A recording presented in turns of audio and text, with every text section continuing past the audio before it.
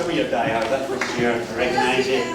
But hello everybody, thank you for waiting, thank you for staying behind or whatever. It was delayed, it wasn't God, it was armies of black magicians, all freaking keeping away from you all, that's all. A lorry fire, a few other things, and yeah, we've just been sitting in traffic for hours. So excuse me while I also land, while also jumping straight into talk mode. I'm seeing some familiar faces and some unfamiliar faces, so how many people have not seen this mug before? Right, okay, so a few, so I have to do a bit of backfill. Because I am late, and I'm sure your brains are a bit tired, a bit like mine is as well, as I was thinking about how to do this in the car because I was going to be late, I thought I would kind of stay on the important bits. And now because of some of you that haven't seen my stuff before, there'll be a little bit of backfill, and then we'll just get straight on with the nub of the 5D word. That sounds a bit wild, doesn't it? What on earth does that even mean? We're going to get onto the whole concept of what I mean by five-dimensional in a bit, but the general gist of tonight is very much about authority, orientation, and the magic of your life in the world and how to harness the fullness of that. But, a little bit about me first of all. My name is Darren Diogi. I kind of run a website. I don't run it, it's just there. AlternativeAnswers.net. You can have a look at some of my stuff on YouTube or otherwise. You just write it up. And if you are interested in anything we cover tonight, you can have a look at some of the stuff on Google. I have a number of specialties. One of them is what I call the science of language or the art of spelling, and that's kind of what tonight is about. For how many of you is it a new concept that words are spells? Is there anybody that's a new concept for here? So everybody's familiar with the concept that words are spells and have an effect on you. Okay, so that's good.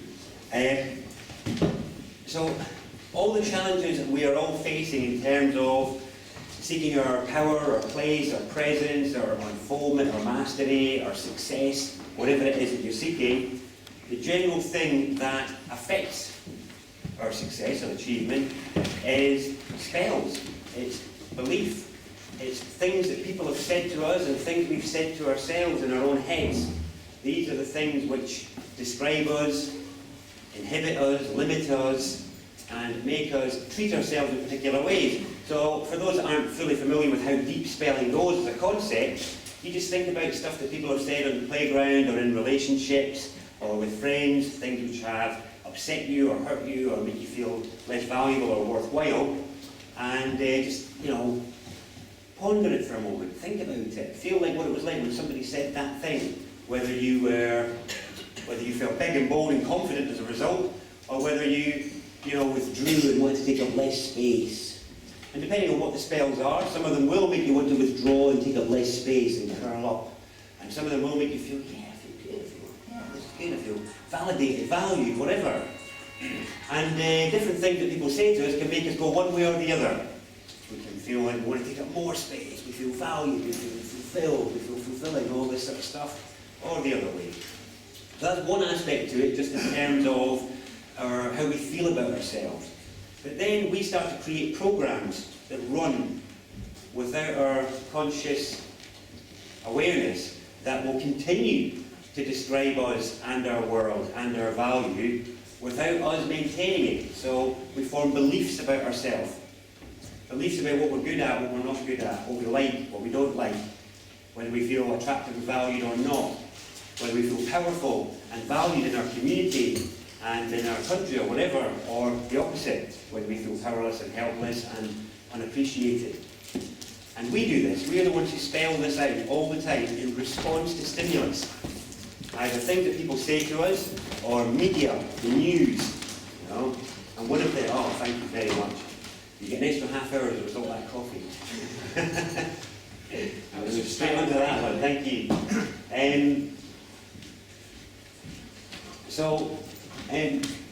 Tonight I want to focus more on the messages that are coming in to you and how you receive them and re-update your belief about yourself and your own power.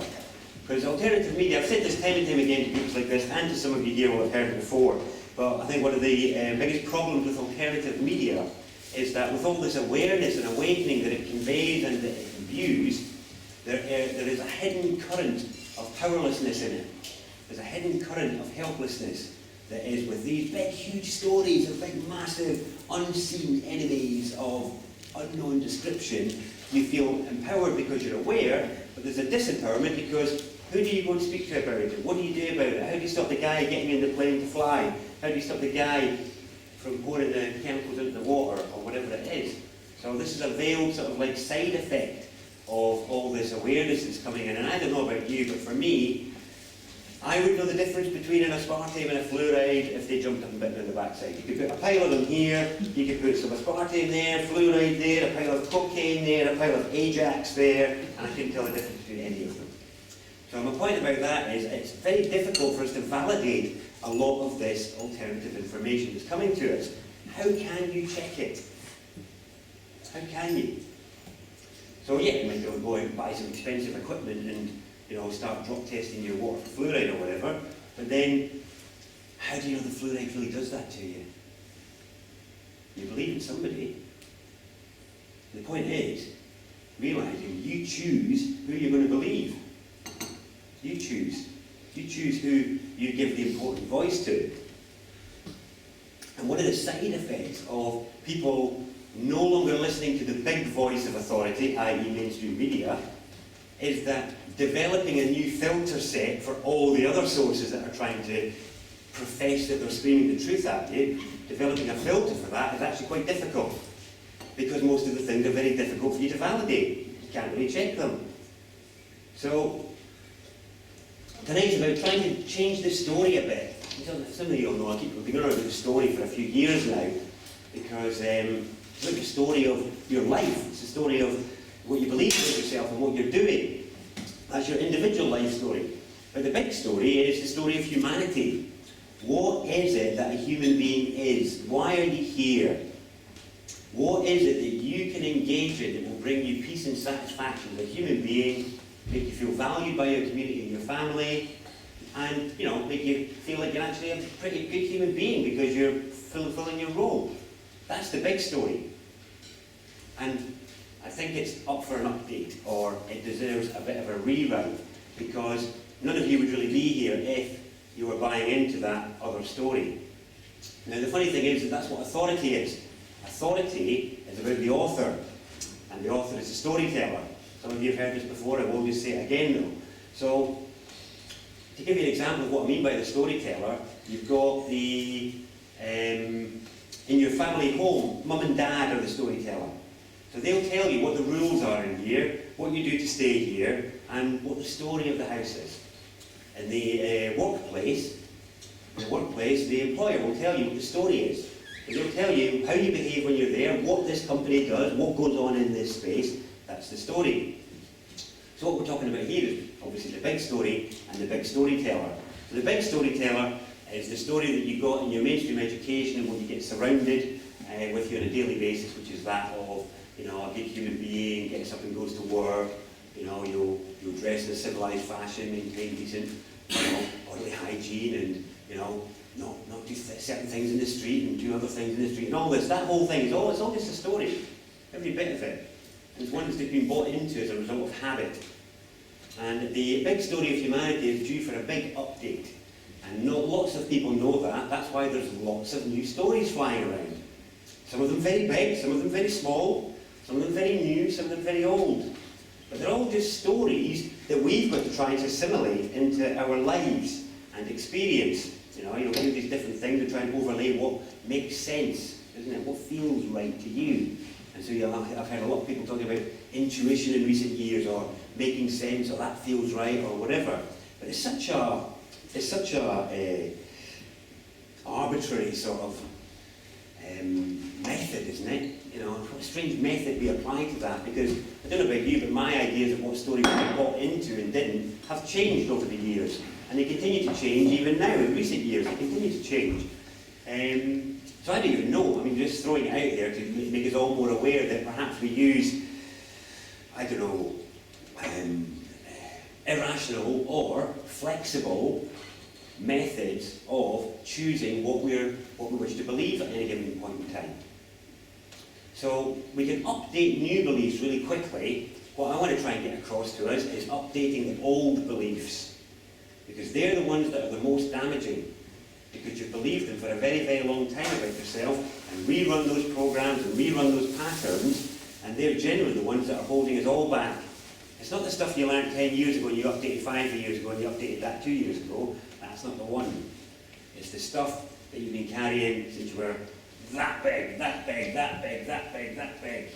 They're the ones that are the hobbling stories, because they're quite fundamental. Have you ever heard the adage, it's an old adage, the child is the father of the man, or the child is the mother of the woman? Have you ever heard that phrase? Some people yes, some people no. Does it make sense to you? Yeah, it's basically about the fact that the child that you were is the parent of who you are now, because they were here first, and they underpin everything you do now. They underpin everything. Every behaviour you learned when you were 16 years old stood on top of a 5-year-old, a 6-year-old, a 7-year-old, an 8-year-old, a 9-year-old, a 10-year-old, etc. All the things that we learned are stacked up on top of that one. So actually, it's the beliefs of the 3-year-old we need to update. It's the beliefs of the 7-year-old we need to update, etc. And this is all based on spells we got at a very young age, very fundamental spells about not just humanity, but also the world. The description of the world, what it is, how it works, how people interact with it, what people do in it.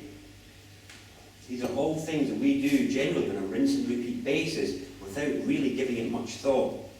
But if you look at how varied humanity is and what they're built for, we're an incredibly diverse being that applies ourselves to a very limited number of things, really.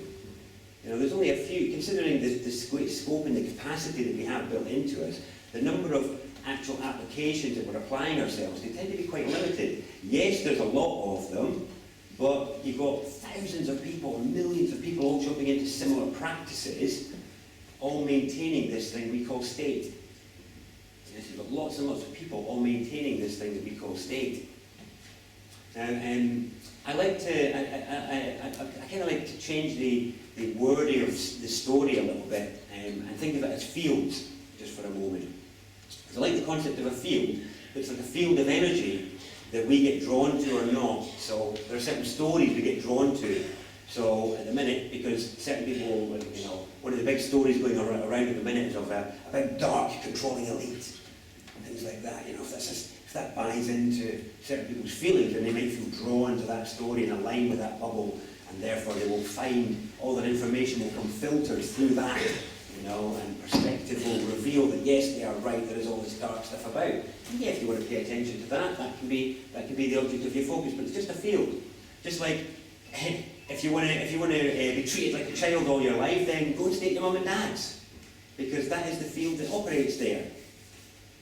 If you want to go and learn a different story, you know, maybe whatever, a workplace, an eco-village, a retreat centre, whatever, these are all energy fields that are out there.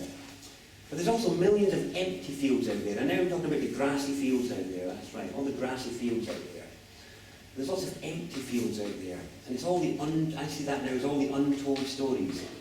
They're all the untold stories of all the super creative, amazing human beings that could be out building a story of their own truth and unique perspective. And instead they're all off, cooped up in little cells, telling somebody else's story. They're all doing somebody else's work, doing something else. And what I want to kind of get across tonight is about the uniqueness of your story. And so I think I've done it for about the last 3 or 4 times I've been in with this group, but I'll do it again, and that is for you all to look at each other. Just turn around and have a look around. You see, there's nobody in here that looks like you. Yeah, they're waving. Yeah, it's not a trick exercise, yeah. Nobody looks like you, nobody dresses like you, nobody's got the same hair as you. So why do we think our stories, otherwise our function, would be so similar to somebody else's? Why do we think that? That's part of the story that we've been fed. The truth is something very different, which is the full story of your unique perspective and your unique angle on things is as unique as your combination of clothes and hairstyle and appearance and all the rest of it. But it's the confidence with which we can walk it, that's the problem. We don't feel like we've got the power or the authority or the presence or the right or the support to do that. How do we do that? And I'm hoping that some of you have found in your life, you're finding yourself moving into places where you can kind of get the kind of support that's needed to go through the very tentative steps of starting to express whatever you find inside yourself. Because I don't know, some of you might be, somebody in here might be the person that works out exactly what it is the bees need to kind of, you know, reverse the decline. And it might be on just a calm, idle walk, walking through a park one day, you suddenly notice something at the corner of your eye, and that leads you down a whole new path. But if you're fretting about the war in Iraq or something like that the whole time, you're never going to spot that on the road. You're never going to discover, and I've used the bee as an example because it's so out there and random. You know, there's so many random things that humans are built to perform that we never get a chance to discover because we're so busy fretting or doing somebody else's stuff. And there's such a thing. And I said this last time I was here, but it stops us from being with each other. Because we end up in a state of introversion and pondering and feeling bombarded by our worries and our woes and our frets and our concerns, fears about the past, fears about our own issues, concerns about the future, concerns about powerlessness and all this sort of stuff. That's all going on. And then when we're presented with human beings that we could actually connect with and actually have support with right in front of us, we can't even, they're not even with them, we don't even see them, we can't even look them in the eye. Because we're so concerned, we're so introverted. Yeah, I'd love to chat to you, but I'm just so overwhelmed with worry, you know, or whatever. I'm just going to go to the pub for a bit because I just got a big council tax bill in or something like that. And we allow the spells that bombard us to take over our internal state. Our internal state. So we've got two concepts of state here tonight. One is the external state that many people all work to maintain. The other one, though, is your internal state. That's what the concept of sovereignty is actually about, your internal state. I'm sure you've heard lots of people on this podium talk about sovereignty as a concept, and anybody here, the whole free man stuff or anything like that. It's all about sovereignty. But sovereignty is about the mastery of your internal state. It doesn't mean you can stop people knocking on your door. It doesn't mean you can stop yourself getting stopped by the police. I mean you can stop parking tickets getting put in your car. I mean you can stop letting them affect you in that way. That's mastery of your internal state. That's stopping the spells affecting you. And that's the thing that got eroded at that age. It was eroded then because you were told to constantly pay attention and that everybody was an authority except you. And that was ingrained year in, year out, year in, year out, until we get to a stage where, when we do start to get movements within ourselves or awakenings within ourselves to steer us in new directions, we don't have the courage or the power or the awareness or even the attention within us to apply ourselves to it because it's so busy doing all these other things. So, massive hurdle to regain the power of your story. And all the work I've ever done with any of the Truth News groups over the years, and all the other groups, it's only been ever about that. It's only ever been about the power of your humanity, your unique power and presence, that's it.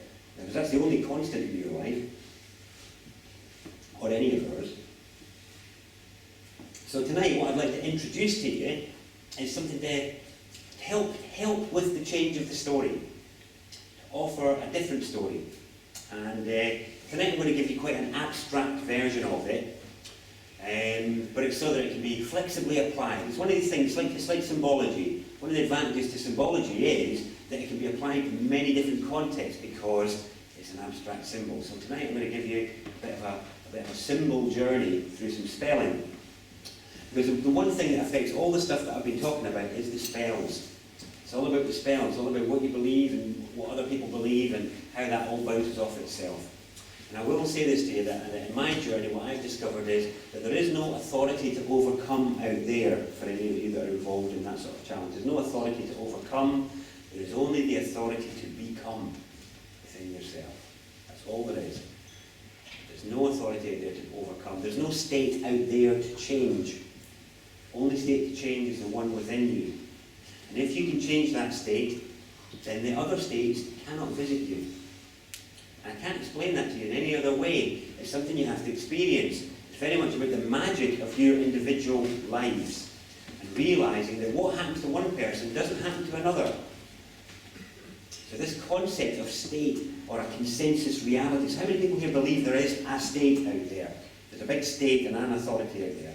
Everybody's scared to put their hand up. Go on, get it up. How many people believe there's a state? Yes, thank you. There's an arm back. And another one. Okay, excellent. It's not a trick question. So I'm going to assume that because only a couple had the courage to put their hands up, there's probably a few more that would put their hands up otherwise. Everyone else is emptying their own bins and managing their own accident emergency department. Yeah, that's right. You're right. They are. Got their own police forces running. So how about if I suggested to you, because this isn't about dictatorship, this is about suggestion. I'm going to suggest to you that there isn't a state out there. There's just 500,000 brothers and sisters that get up every morning and put on a black uniform that looks similar, and they all believe there's a state. It's a different thing, isn't it? What you have then is you've got 500,000 individuals who choose to behave in a similar fashion and believe a particular thing. So for example, police are a good example because they put on special clothes and believe that the spell sheet they get with job description on it gives them special powers. So to me, when I see all their signs on a car, it's like, warning, mentally ill brother or sister inside, be aware, steer clear of me, I've got luminous stickers on so you will stay away. That's not true. I know many sound and stable police officers, but obviously there's many who aren't because of how the power affects them, because they believe they get special powers. But this is very much about what people believe. So the belief in state in itself is a consensus. That's actually quite mind-bending. And the more you think about it, the more mind-bending that gets. Because the more I've played with this energetically and in practice over the years, I've learned that there is no consensus reality. There's only what I call the energy of the encounter. The energy of the encounter. So what that means is there's only now, and it's only here. So for now, this is the encounter for each of us. This is it. And as long as we're worrying about other stuff, then it means we're not being attentive to our encounter. It means we're not able to get the most out of it, and we're not able to offer it the most that we possibly can. And using that method, I've managed to have encounters with, authority, state, other things, and not that, lots of other circles, but which have allowed to be magical, which have been allowed to have people's humanity come through and all the rest of it, because I've allowed them to be that. I don't look at them as authorities, I don't look at them as a state. I don't hide from them in fear that that's what they're representing, that they're the awaiting hammer of state waiting to pull me up for whatever. Because I don't have that, I end up having encounters with human beings. And I can have people near me. So here's an example of what I mean about how the magic of your individual life. Here's one example. I share a car with the son of an ex-gangster. So Guy Taylor. Anybody know Guy? Ordinary Manor, yeah? So Guy was a naughty boy when he was younger. He got himself in a bit of trouble, and so the police in the area know his name, and his family and all that sort of stuff. He lent me a car for a while that I was using, and I did some repairs on it, and it's very odd because it's got one door that stands out because it's got a different colour, so it really stands out like a sore thumb. I've driven it for over a year with absolutely no problem whatsoever. I've been stopped once, and I was actually speeding, and the cop let me go. No problem with it at all. His son has been down recently, and he uses it, and he's had interactions, I think, at least 3 or 4 times, if not more, being stopped by the police in this car, because it's been registered to his dad, sort of thing. And it's bizarre that I've been using that car loads all over the country. He's been using it only a couple of miles locally, he's not gone anywhere, he keeps going on about it, he can't believe he keeps having these experiences. And I've had none of them. And yet we're in the same vehicle, driving around the same roads, in the same county. In fact, I'm even going further afield. But I'm in a different state. So that state doesn't hit mine. Do you see that? So this is true sovereignty. It's about the change of state. It's not about running up to a policeman and going, I'm free, I'm free, I'm free. Because then you're just obviously a member of this guy's society because you're perceiving him as authority and you're jumping up and talking to him. Why would I need to go and approach him at all? I might phone him for help if I need him, because my national insurance and all that, insurance policy, yes, cash in please, help. And that's pretty much it. But otherwise, there's no need to go seeking this stuff. If we feel the need to go and challenge an authority out there, it's because we're seeking authority within. That's all it is. And it's a quest for our internal authority that can lead us to seek challenge. It's like, well, who do you need to prove it to? You don't need to prove it to yourself, isn't it? So how you choose to do that is up to you. Anyway, I'm digressing a bit on the whole authority story again. So, the big spells. So, for us, in our culture, we have, so when I use the term state, I use it loosely, as you can tell. I'm talking about, obviously, the physical concept of state. I'm also talking about energetic state, mental state, things like that. And the opposite of state is what, anyone? What's the opposite of state? Peace. Nope. That's loaded, though. Okay, change. Change. The opposite of state is change. Okay, these are opposites of each other.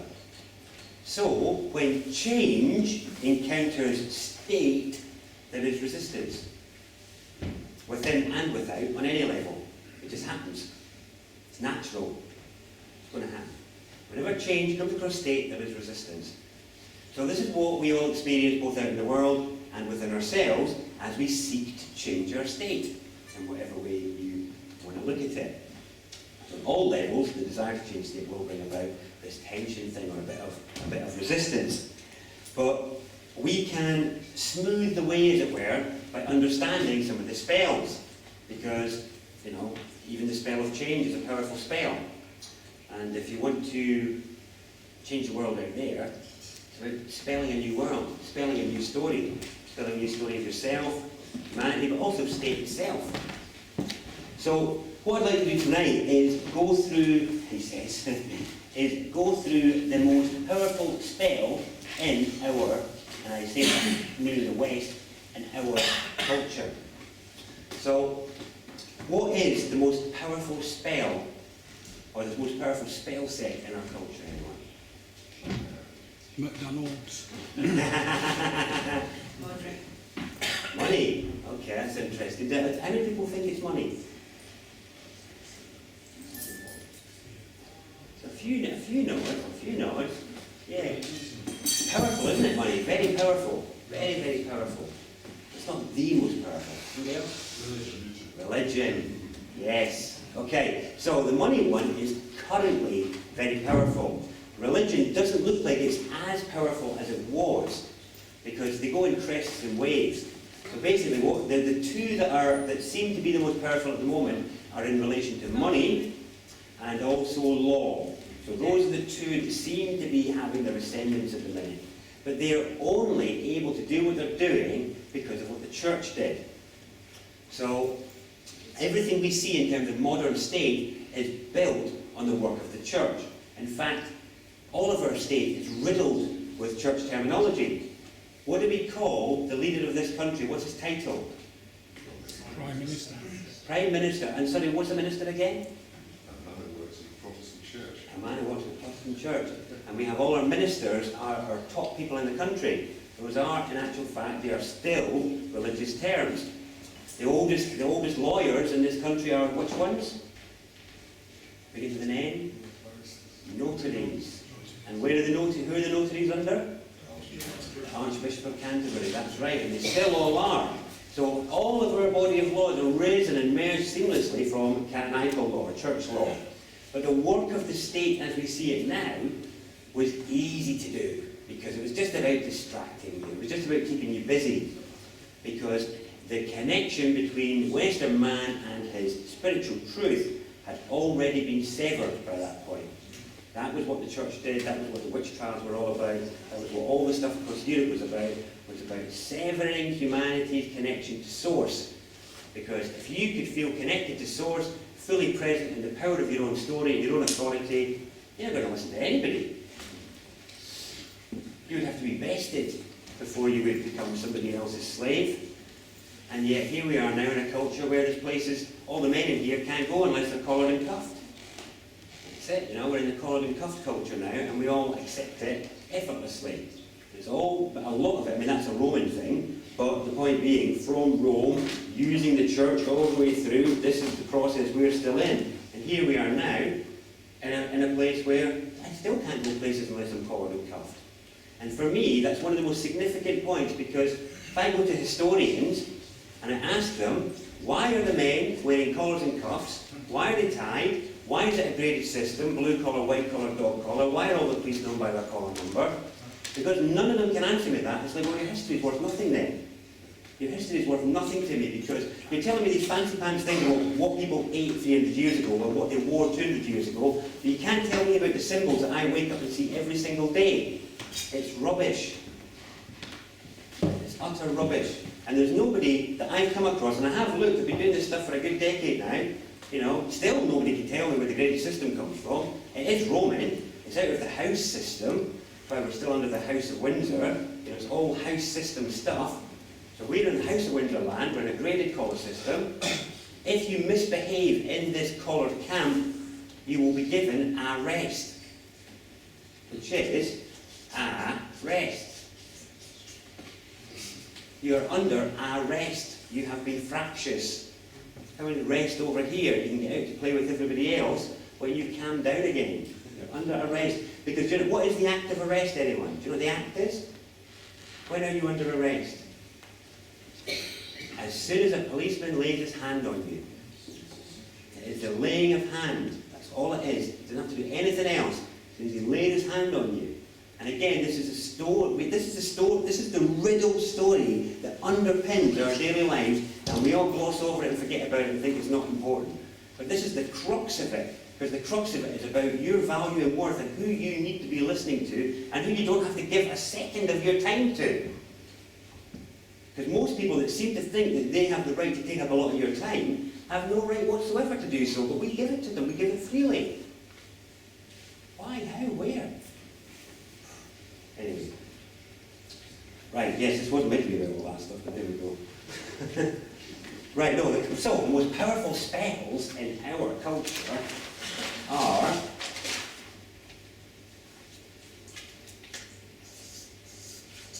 God and devil, good and evil. These are the four most powerful spells in our culture, because none have been used to control and judge behaviour more than these in probably the last, whatever, 100 years. It's a bit of a jump from what we've been talking about, isn't it? Or it seems to be, but it's not. This is the underpinning. What do they make you swear on every time you're in a courtroom? It's in these books. It's this book. That's it. It's the underpinning, absolute underpinning of all the stuff in this country is done under these spells. Oh, you were such a good boy today. Oh, you were such a naughty girl, you know. You better behave or the devil's going to get you. Certainly what my gran had to live with, and my mum and me a little bit. Everywhere in the church bringing I had up, that's for sure. How many other people here had a religious upbringing? Some? How many? All right, yeah, I did. How many didn't at all? Sort of, yeah. Thing is, it doesn't matter whether you did or you didn't. The culture that we are in is riddled with it. Riddled with it. So even if you come into the top of that, oblivious to all these words and spells, it doesn't matter. The currents of them are loaded upon you. This is a duality spelled out. How many people here have been seeking non-dualism or a unity principle? Yeah, quite a few of you. And we're lost in duality, which is simply a spelling exercise. We have spelled ourselves into dualism. And it is through spelling that we can get ourselves back out of it. But it's through understanding how these spells work, what they work, and all the rest of it. So this here is, because it's something that's funny, this, isn't it, really? Because these are presented as opposites, aren't they? But there's quite a similarity here between these, really, in terms of the characters that are used. And it's actually, these aren't true spells, because these are presented as opposites, but the devil isn't really the opposite of God, is it? It's still a creation of God, isn't it? Anybody here in their religious philosophy at all? No? Too worried about money? Yes? It is God that created the devil, so the devil can't win. Thank you. Yeah, it's obvious though, isn't it? Yeah. Yeah, it's obvious. I am. But it is the erroneous view, isn't it? Sorry? It's the erroneous view.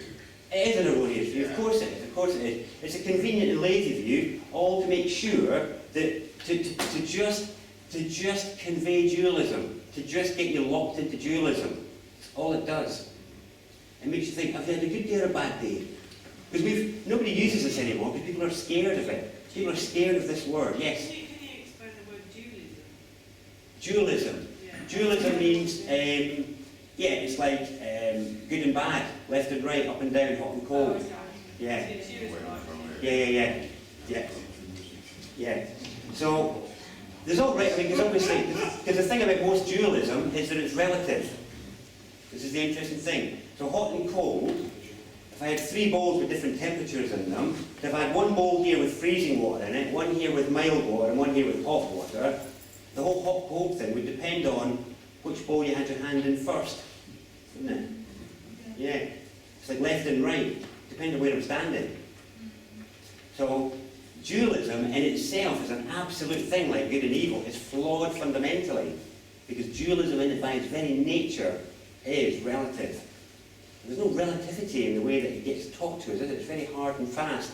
And this is part of the very hard spelling that's given us a world riddled with disease, duality, discrimination, death, and all these sorts of things. Part of this dualism that's done it. And so we're scared of using the word evil. People are scared of it, so they use the word bad instead. So we're talking about, did you have a good day or did you have a bad day? Was it a good day at school? Was it a good day at work? Was it a bad day? Oh, I had a really bad day today, or whatever. And there's such strange measures that we put on these things because people tend to take a snapshot of it. So you can have perfectly good breakfast, quite a bad phone call at 10 o'clock, quite a nice lunch, whatever. But by lunchtime you're going on about what a bad day you've had because of that call. And then, you have a moan about it, and if people ask you to reflect upon the day, you might judge your entire day by 1 2-minute phone call. It's like, well, what about the other 23 hours, 58 minutes? What happened to them? And why is it that we let that few minutes impact the rest of it? Or why do we measure the rest of it by that? Because then you're taking a snapshot of something which could be anything, which is an entire day, which can be changed whenever you feel like applying it,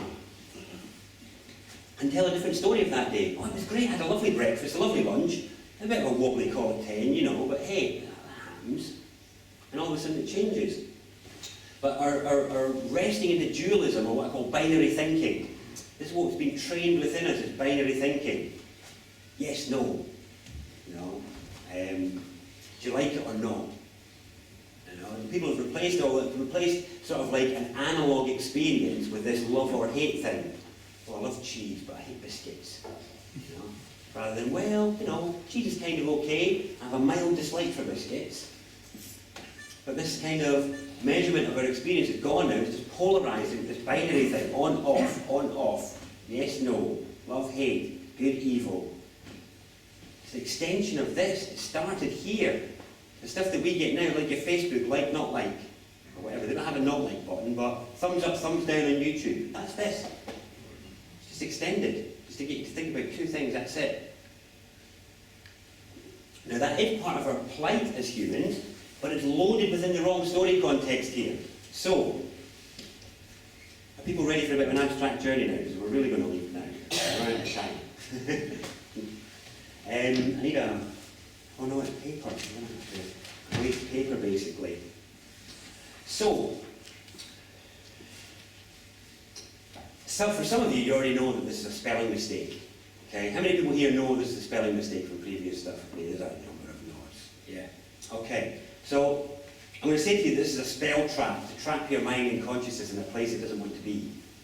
Okay, that's my summary of these 4 spells. And it actually traps your mind in a very dangerous place, in a place of damaging spells and limiting spells and deadly spells, all locked in as a result of this 4-way world, this 4-way spell set. Now, some of you will be aware of the spell of never-ending good, shall we call it, yeah? So, the spell of never-ending good is about looking at this. There's many ways to look at it, but for now and tonight, we're going to look at it as purely a geometric puzzle here. Purely a geometric puzzle. So here we have these concepts, and they're basically about shapes being used to create meaning in your head. Okay? These shapes are things we call characters. Okay? These are characters. We call them characters for a reason. These are the crux of all of our spells, our characters. And these characters are all shapes which contain degrees in them. Degrees of awareness, angles, all sorts of stuff. This is masonry. Have you heard about masons? Yeah, it wasn't all about bricks and mortar. A lot of it was about symbology. Is that new to some of you? Have you heard about it being a lot about symbols as well? Okay, for some of you, you might have seen this shape or this character, very strong Masonic symbol, on every Masonic building in the world, the G in the six-square compass. You seen that?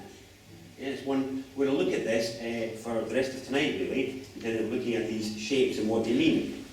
So, I called tonight the 5D word, didn't I? The 5D word. What on earth does that mean? Well, what it means is that we're going to look at 5 dimensions of it. 5 dimensions of a word and how it affects. Now, what I mean by dimensions, that's pretty full on, isn't it? Pretty powerful term. But it's all about angles of awareness or degrees of awareness. And this is what the true Masonic rites were about, was they were about degrees. That's why they called them degrees. And at each new initiation, they were given a word of power. That has fallen into disuse in the last 300 years since the Masons had to publish their membership rolls. The true stuff all took place before them, which is why some of the buildings are a lot older and some of the myths and legends are a lot older as well. So as soon as they started to publish their books in 17 or whatever, forget about it, since then Masonry began to fall into decline at that point.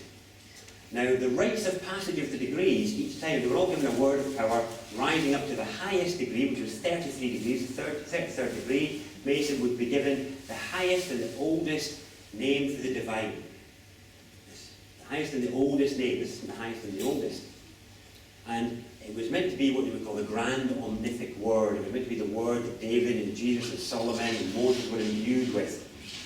It was meant to be a huge big secret. So many people having that. So it's hidden behind all these layers of secrecy and degrees.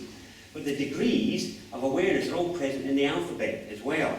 Everything is about degrees, because that's why you get degrees at university as well. Because it's how the mind works. The mind works in degrees. It's a bit of a baffling thing, but hey, there's no manual for these vessels, and they're all made up of bits that we like sometimes and we don't like other times. You know, sometimes I'd really like to not have any feelings, but hey, they don't go anywhere, they're still there. Sometimes I just don't want a body, but I keep waking up and there it is. You know, that's it. So, not liking or not resonating with things like degrees and numbers and characters doesn't make them go away, and it doesn't mean the effect goes away. It's like saying, well, I could dismiss my body. It doesn't mean that it's going to disappear. It might start to wilt away as I neglect it, but otherwise it's still going to stay there, isn't it? And this is actually what happens with all of our aspects. We either embrace them and accept them and just get on with it, or we strap them up, hide them, or they wither. You know, it happens to our body, it happens to our emotions, it happens to our mind. If we don't keep them fresh and active and doing stuff, then, you know, we'll know what happens. So, this is about the substance of the mind and how it operates.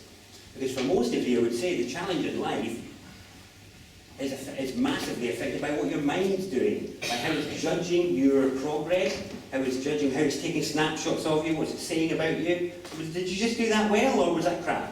You know, did that really go your way, or really not? And what's your mind got to say about it afterwards? How does it treat you? It's about what's your mind doing. Are you in control of it? What story is it describing of you on a moment-to-moment basis? If you're in control of that, then that's great. That means you're in control of your internal state. That's excellent. But if you're not, then it's all about what these are doing, what these characters are doing to you, and their various assemblages. So, some of you might think that this particular one doesn't have much of a role for you, but I would say that it's the linchpin of the mind. It's the cornerstone of the mind. Those of you with a religious upbringing may have heard of the term cornerstone before in relation to this.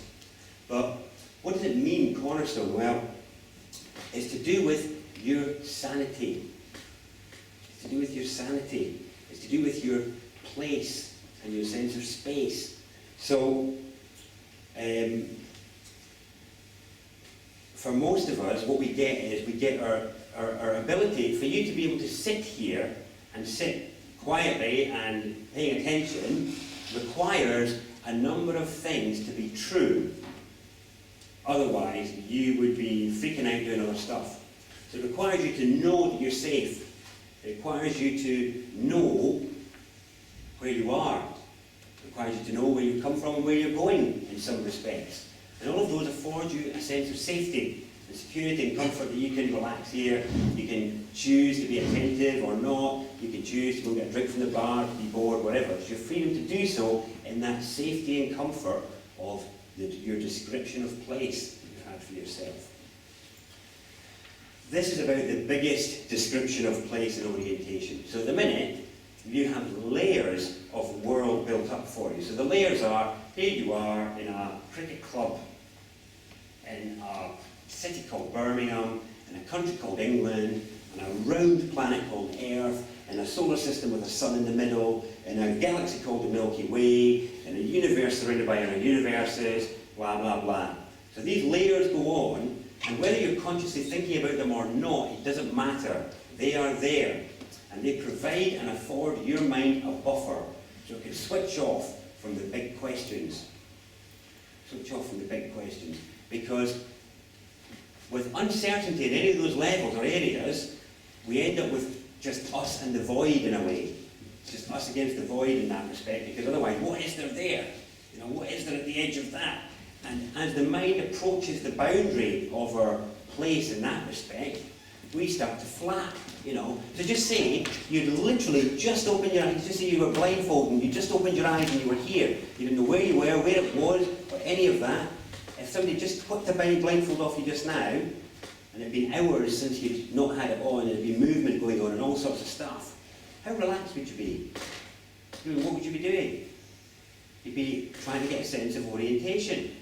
You'd be trying to feel, how far have I travelled? How long was it? What are the doors? Is there a ceiling? All this sorts of stuff.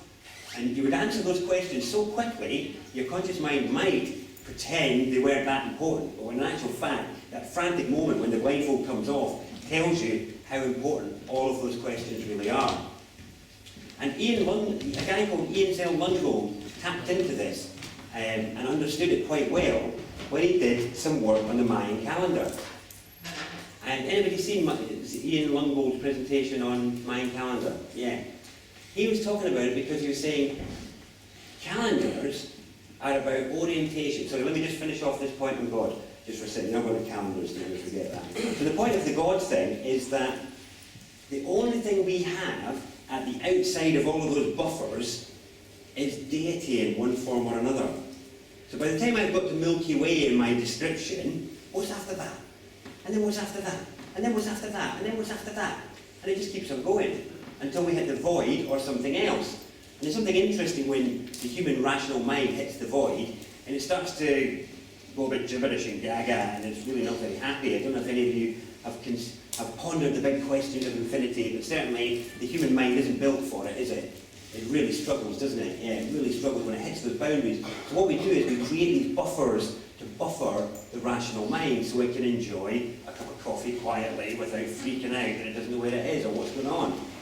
And so the reason God is a cornerstone is because it is the biggest umbrella.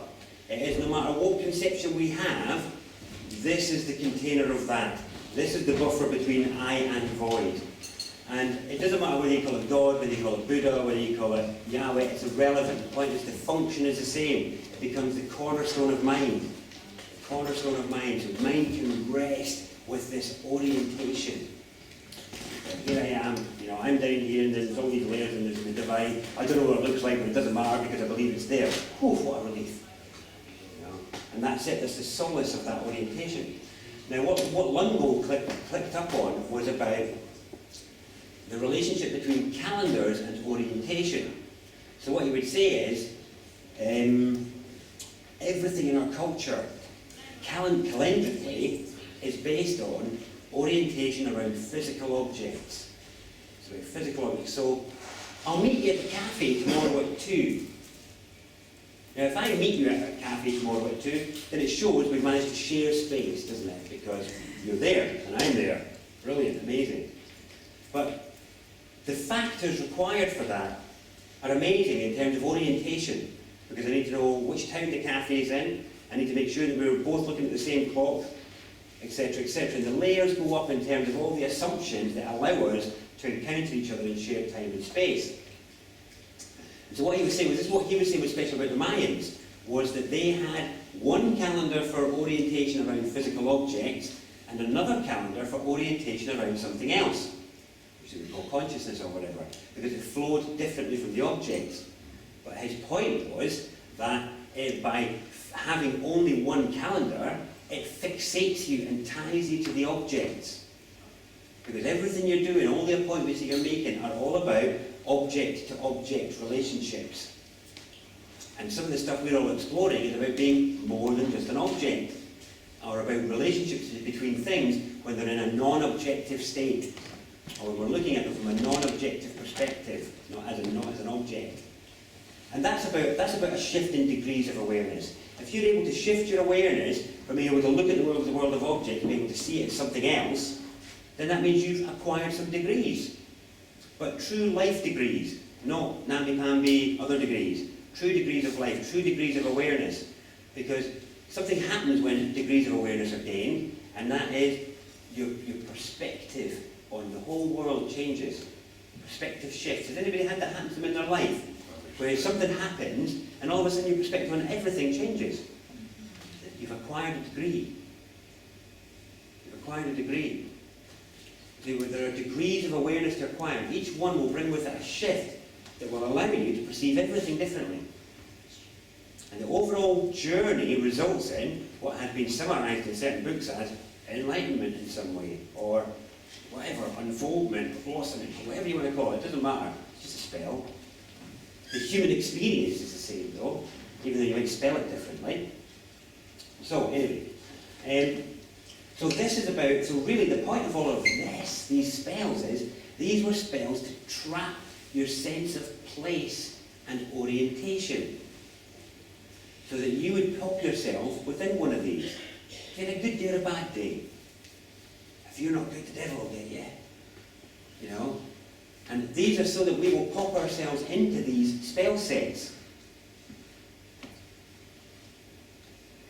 It's very, very powerful stuff. It really, really is.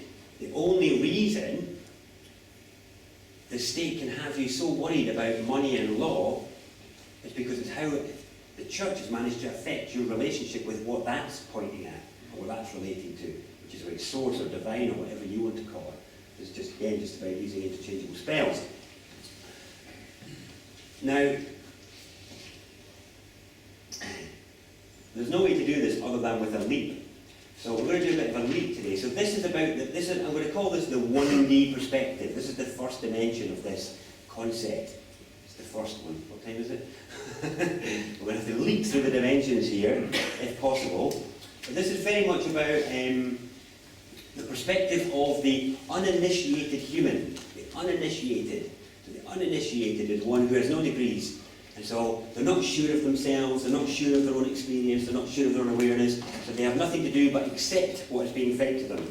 Really the state that we're all born in is that state of receptivity and beingness. But we believe stuff that's told to us because we don't even have a concept of lying at that point. We can't even believe that somebody would lie to us because there's no even concept of that, so we just accept it as truth. So this is a result of that, is that 1D perspective, is when we get these concepts of dualism plugged into us. We're very, very broken. So this word operates, not so much physically, but it operates emotionally and mentally on people, very much so. And it can operate spiritually. I was going to tear that off if I just turned it over. I'm sure you can all memorise those 4 spells and I don't need to see them anymore, do we? So, for some of you, you'll know that I've been talking for years about how that's a spelling mistake, isn't it? So, the point of God is it's a broken spell. It doesn't point to what it's meant to point to. It's a spell, it's meant to point to everything that is, and it doesn't. Now, the work I've been doing over all the years has been about how the correct spell is, what is it? Goo, exactly. So I've been saying for years that what it is that this isn't a story about a God and a devil thing, it's a story about what we are. And I've been saying for years that what we are is goo, i.e. super-organised goo substance made up of planetary stuff that's just organised. Now the point about the word being goo is, I'm saying that in the beginning was the Word, and the Word was goo. Yeah, and you should be smiling, because it's funny, it's a word of liberation. And to back it up, what I'm going to say to you is, poke yourself in the belly. Is goo an acceptable word for that?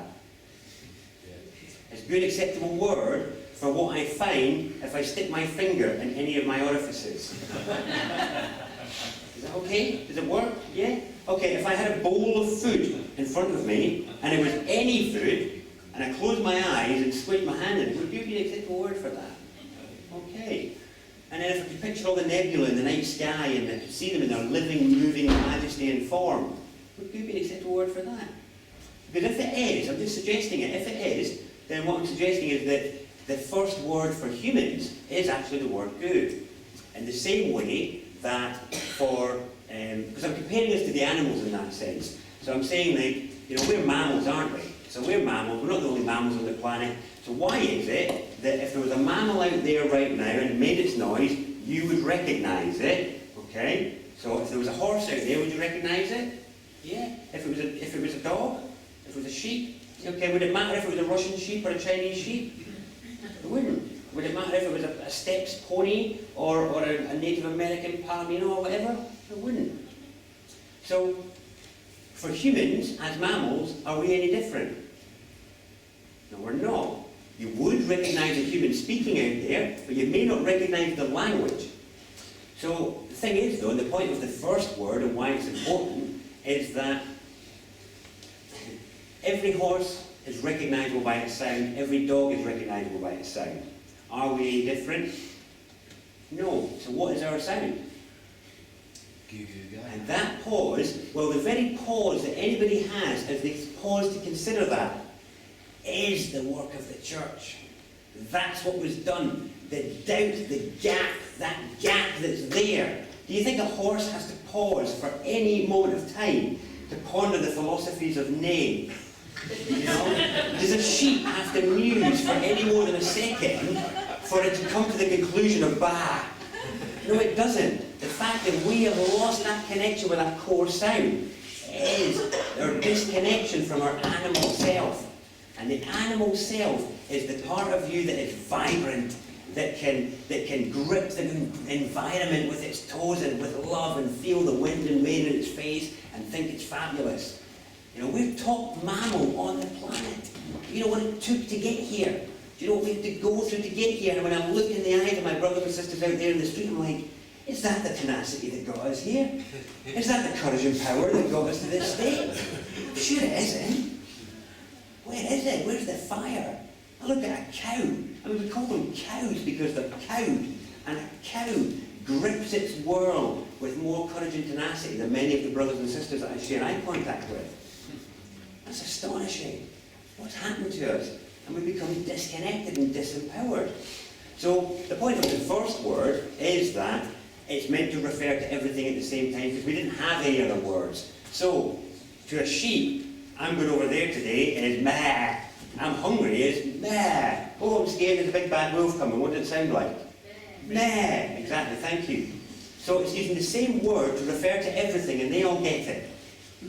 That is the point of the first word. It's about shared camaraderie and brotherhood of beingness. So the point of in the beginning was the word, it's about a word of human camaraderie, regardless of what we look like, regardless of what we believe. What's your core sound? So a horse knows another horse by neigh, not by 4 legs and 2 ears. It's the sound that is the expression. That's why sound is the subject of it all, isn't it? We talk about the universe, the Big Bang. We measure space and volume and we call each other sound. How much more insight do you need into the fact that sound is important? And so the relationship that we have with our core sound is about our capacity to heal, to stand in power, to do all sorts of stuff. And it's just been robbed from us. So for years, I've been talking about good as being the first word and its significance to us humans. The thing is, though, it goes further than that, and that's what tonight is meant to be about, taking it to a new dimension, because the dimension I normally share with people is purely about getting connection with our environment. Because that's the first, we are culturally disembodied for a reason. Okay? Because if you are made to think that you're not from this planet, or you're not part of this planet, or you're not good for this planet, then you will wither and die. Because your body's made of planet stuff, and if you start to neglect that and withdraw that, then you are alienating yourself. Alienating yourself. That's why we all get stuck in apartments, to keep us apart. I love the fact that even our word for separation includes inclusiveness. Apart. Yeah, no, I'm apart, thanks. Hey. But even our effort to separate can't do it because of this. The soul. Okay? The soul is the thing that reminds us that we are inseparable on this planet.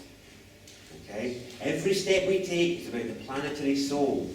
Doesn't matter where you think you came from, you came in here. If you've got body, you've got arms and legs, you came in through the planetary soul. And every single step you take is a reminder of your inseparability from that. Even if you want to go and stand on the moon, you've got to mould earth around yourself, inject a pile of air into it, and think you're smart. You're like, yeah, I don't need to be on the earth. Really? What happens if we pull all this earth oxygen off you, pull all this earth suit off you? Don't forget that for all the stuff that we've built to try and make ourselves apart from the earth, every bit of it is made of moulded earth. Everything around us is just moulded earth. All this is just moulded earth. There's nothing here that isn't moulded earth. It's astonishing. So this cultural apartness operates on many levels, bodily, emotionally, mentally, and each of them make us vulnerable. So, the goo aspect is about reconnecting on the physical level, somewhat, and on the consciousness level, a bit. But it's very much about changing the story of what we are.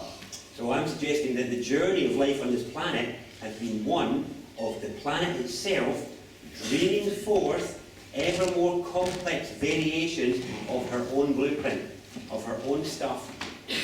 Okay, how many DNA strands are there on the planet? One. Only one. Why do you think we're 98% the same as pigs and 97% the same as frogs and 84% the same as trees or whatever it is? There's only one strand. Life began and started to split and branch. All life. So all have the same core root. And again, you only have to look at the DNA strand to find out that all of life on this planet came from the same roots. That's why, again, 90% the same as pigs is a pretty high percentage, isn't it?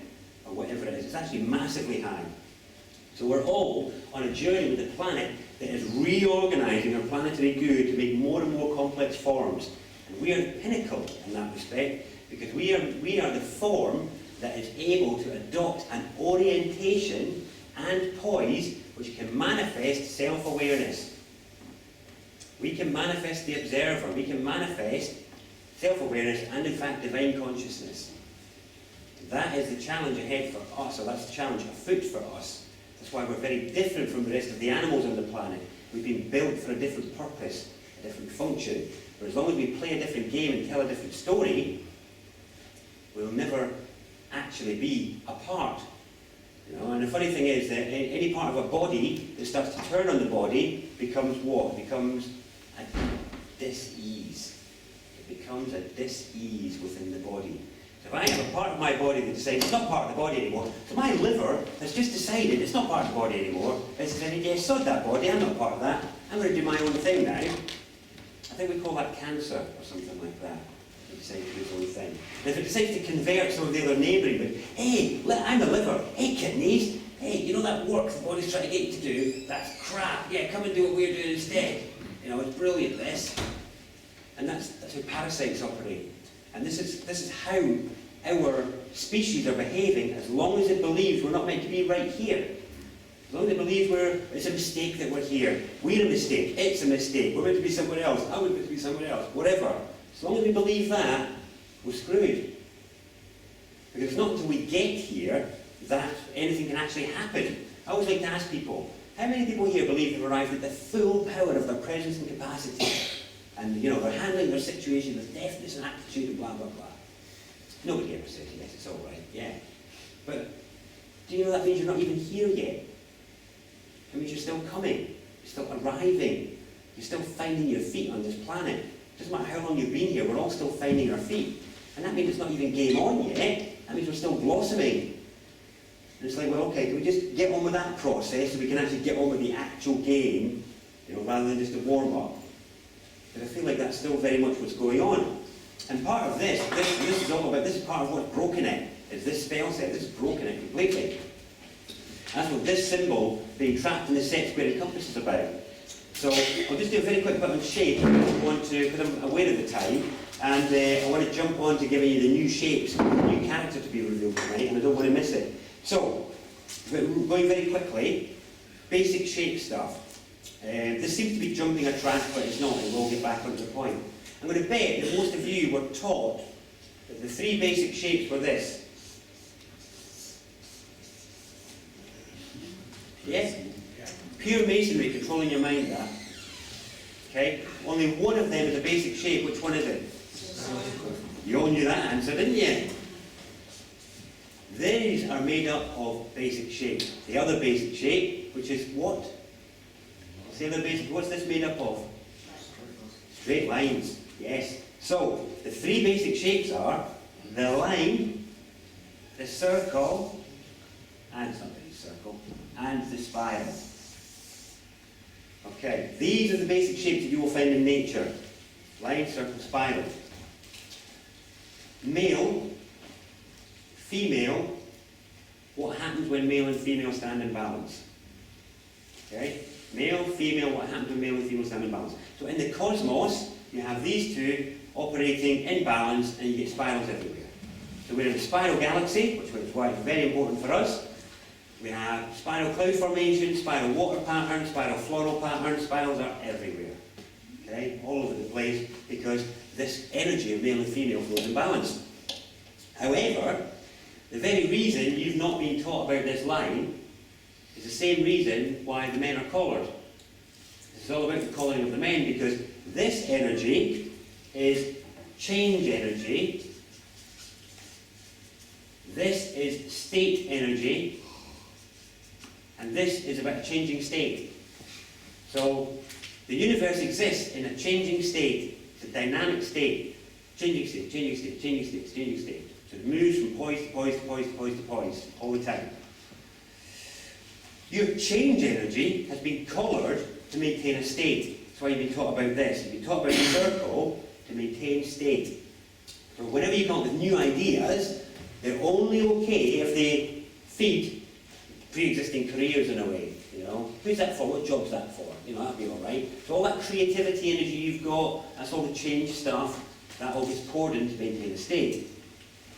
Those of you that have been trying to bring about change in the world is because what you're doing is you're learning to draw lines again. You're learning to draw a line over what you will and won't accept. So you remember earlier I talked about all the spells that affect you and the inability to control your internal state. So if a bill drops through the door, to be able to truly read it, accept it, but not have it change your state.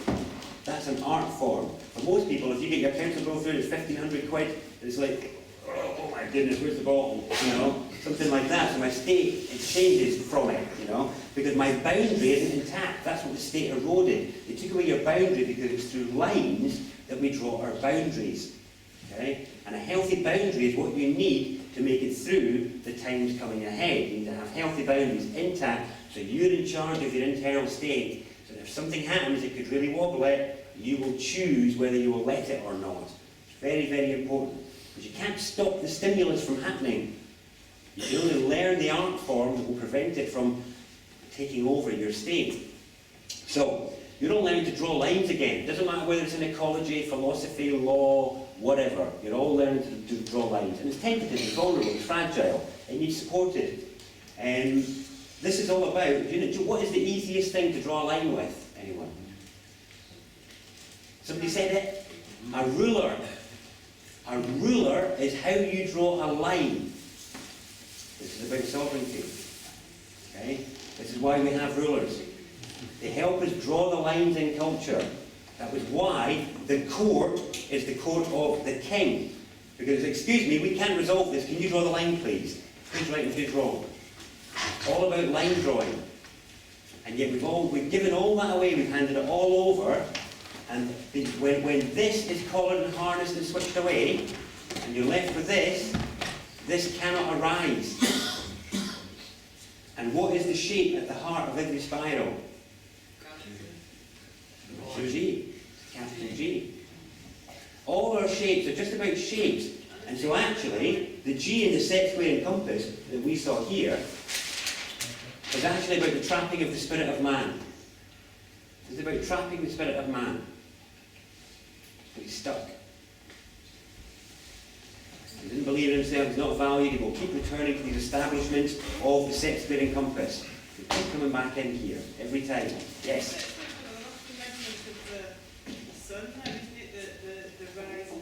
sorry, I saw a hand there, and then I heard a voice there. Yeah, you go ahead, then we'll have you hang. Maybe overly simplistic when you look at the Masonic sign.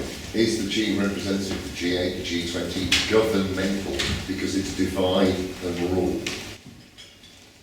All of that. Yeah, it's very much about divide and rule, exactly. And it's only achievable when this is trapped. This is the point. This is why the men are called. This is what it's all about. Yes, I I was just saying that the compass now, doesn't that represent the sun now, the rise of the sun? I don't know. It might do. You mean like from the all-seeing eye point of view sort of thing? You've got the sun, and then you've got this geometry. It is geometry. Well, that's what some Masons will say, that the G is for geometry or for God. It's multi-dimensional, isn't it? It is, exactly. And these symbols are also multi-dimensional. And then what gets me is that most modern Masons can't tell you what it means, really. They'll say, this is about God, or the architect, or this is for geometry because we revere it. But it's not. It's a symbol that is out of context when we see it as a character. When it crosses over, you see it transcends. Because what language becomes when you truly understand it, what these symbols become is, they become bridges and portals between the lower and the higher worlds. That's what the mind is meant to do. It's meant to form a bridge between the lower and the higher. Instead, when it's been taught, when you use it in the way that we've been taught to use it, it becomes an obstacle. It becomes something that stands on the side. And instead what we experience is a gap between us and the divine. We actually experience a void or a space. So we have to leap into the dark, or we feel separate. It creates the feeling of separation. Now, this is when, so did anybody notice, well, these are two of the characters. The G and the O are two of the characters in the word God. You know, for a very good reason, because the word from the beginning wasn't a name in the language called English, which is what God is. It just so happens that English is an excellent language for referring to things. And so sometimes it's very good at getting on the mark. And in relation to this, it's bang on the mark as to what we're actually facing. And it's very close to the original word if you were to write it down. And what we're actually talking about, so even with good, what we're actually talking about is the threefold one. It's the triune one. So let me just draw that on the next one. In fact, I'll draw it here and then we'll go on to the other one. So,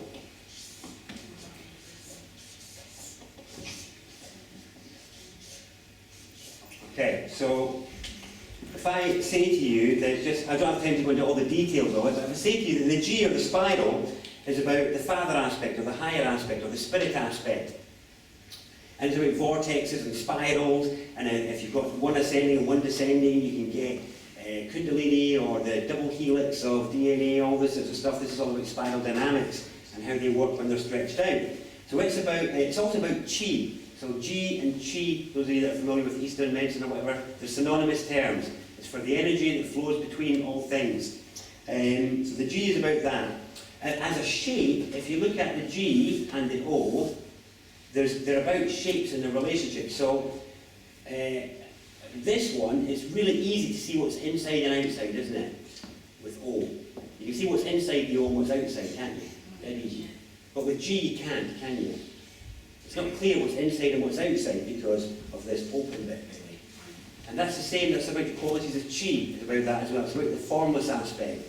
So the G is about the formless aspect, the O is about one of the form aspects. So we're going to put this first O here and say that it refers to higher self or soul.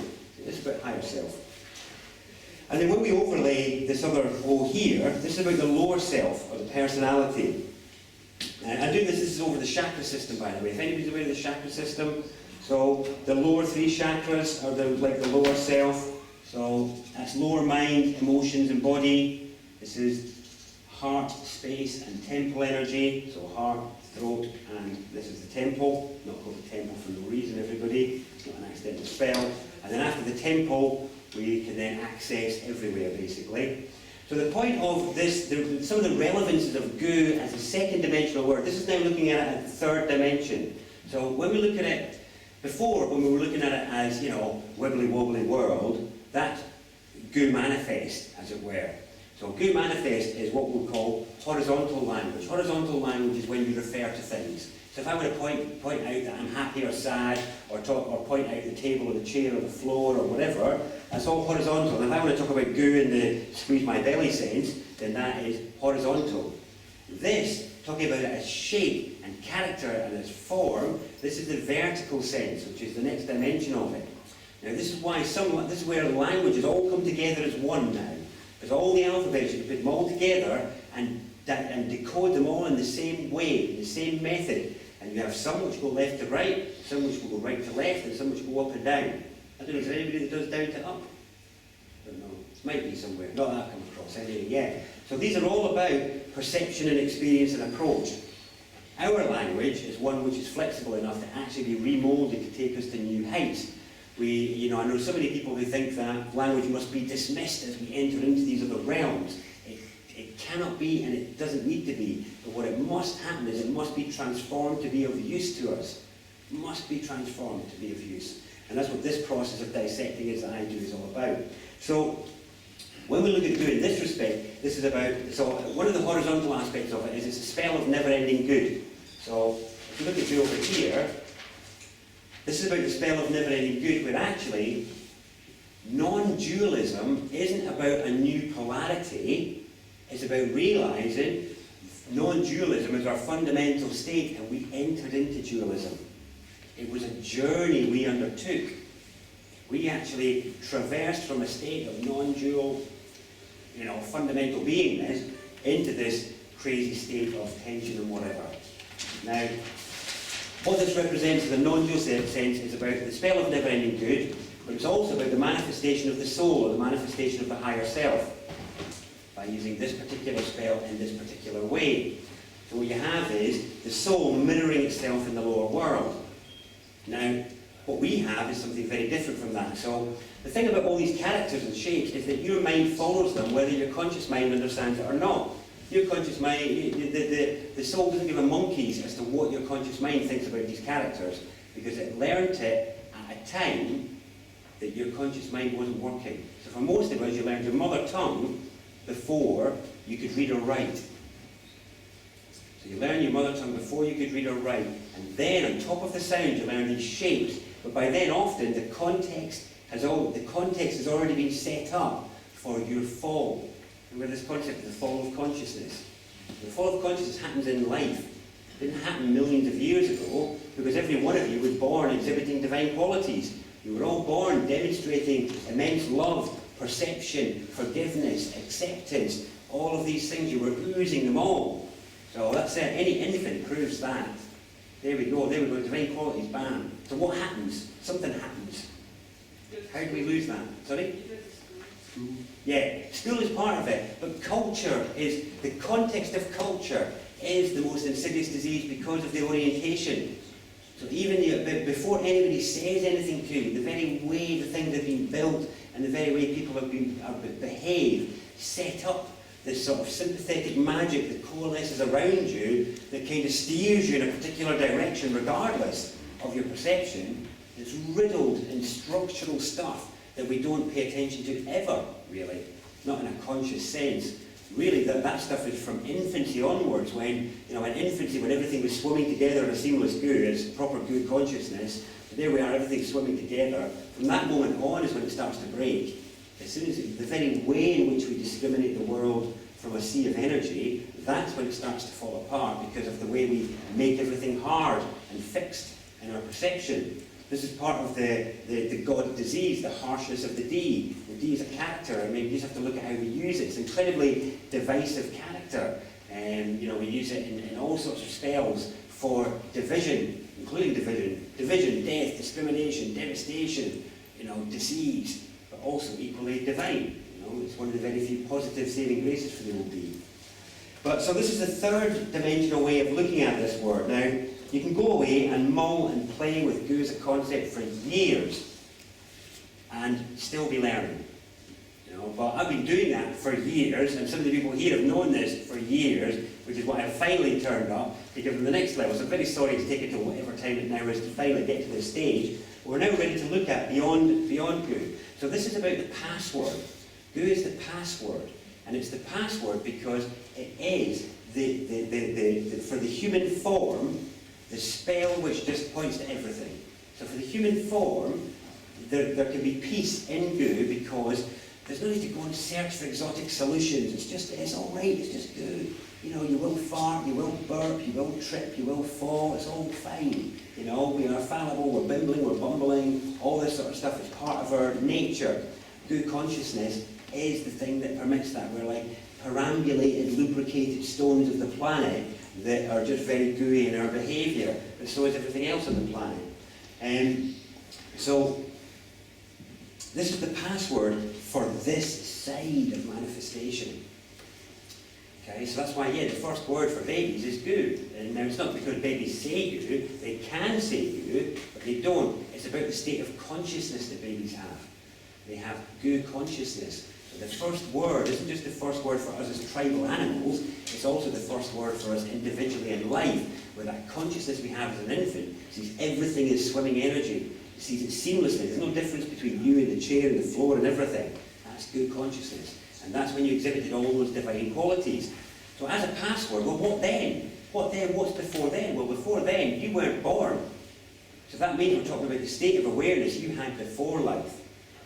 Now, is that or is that not reconnection with the soul or with the higher self or whatever? It is indeed, because this is about the path of return. And the funny thing is, people have a concept that they even if they feel disconnected now, that they had maybe a soul or higher self before life and after life. It's just during life, it's off on holiday somewhere, and life is all abandoned here, where, you know, we can fulfill the tale of God and devil and not find out how well we did until the end. But it's nonsense. So the point being, when people have an awakening in relation to that, there's two things you can do in relation to reuniting with the soul of the higher self. You can race towards death and meet it there, quite happily, because you will. Or you can tread the path of return to the last time you had that awareness and reconnect with it then, which is when you first picked up this body. And that's why all true learning systems are an unlearning. You know, they're an unlearning. You unlearn what you learned, because it was, you know, skewed. It's not that it was lies, it was skewed based on perspective, based on the degrees of awareness at the time. Nobody's to blame here.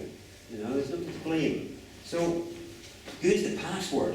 So the password to that place. So within goo you can map the whole of the manifest side. But as we move to the unmanifest, to the other side, we need a bit more. This is where we move to the next sort of levels. So, to get to this stage, we're looking at our shapes differently, but over the same overlay.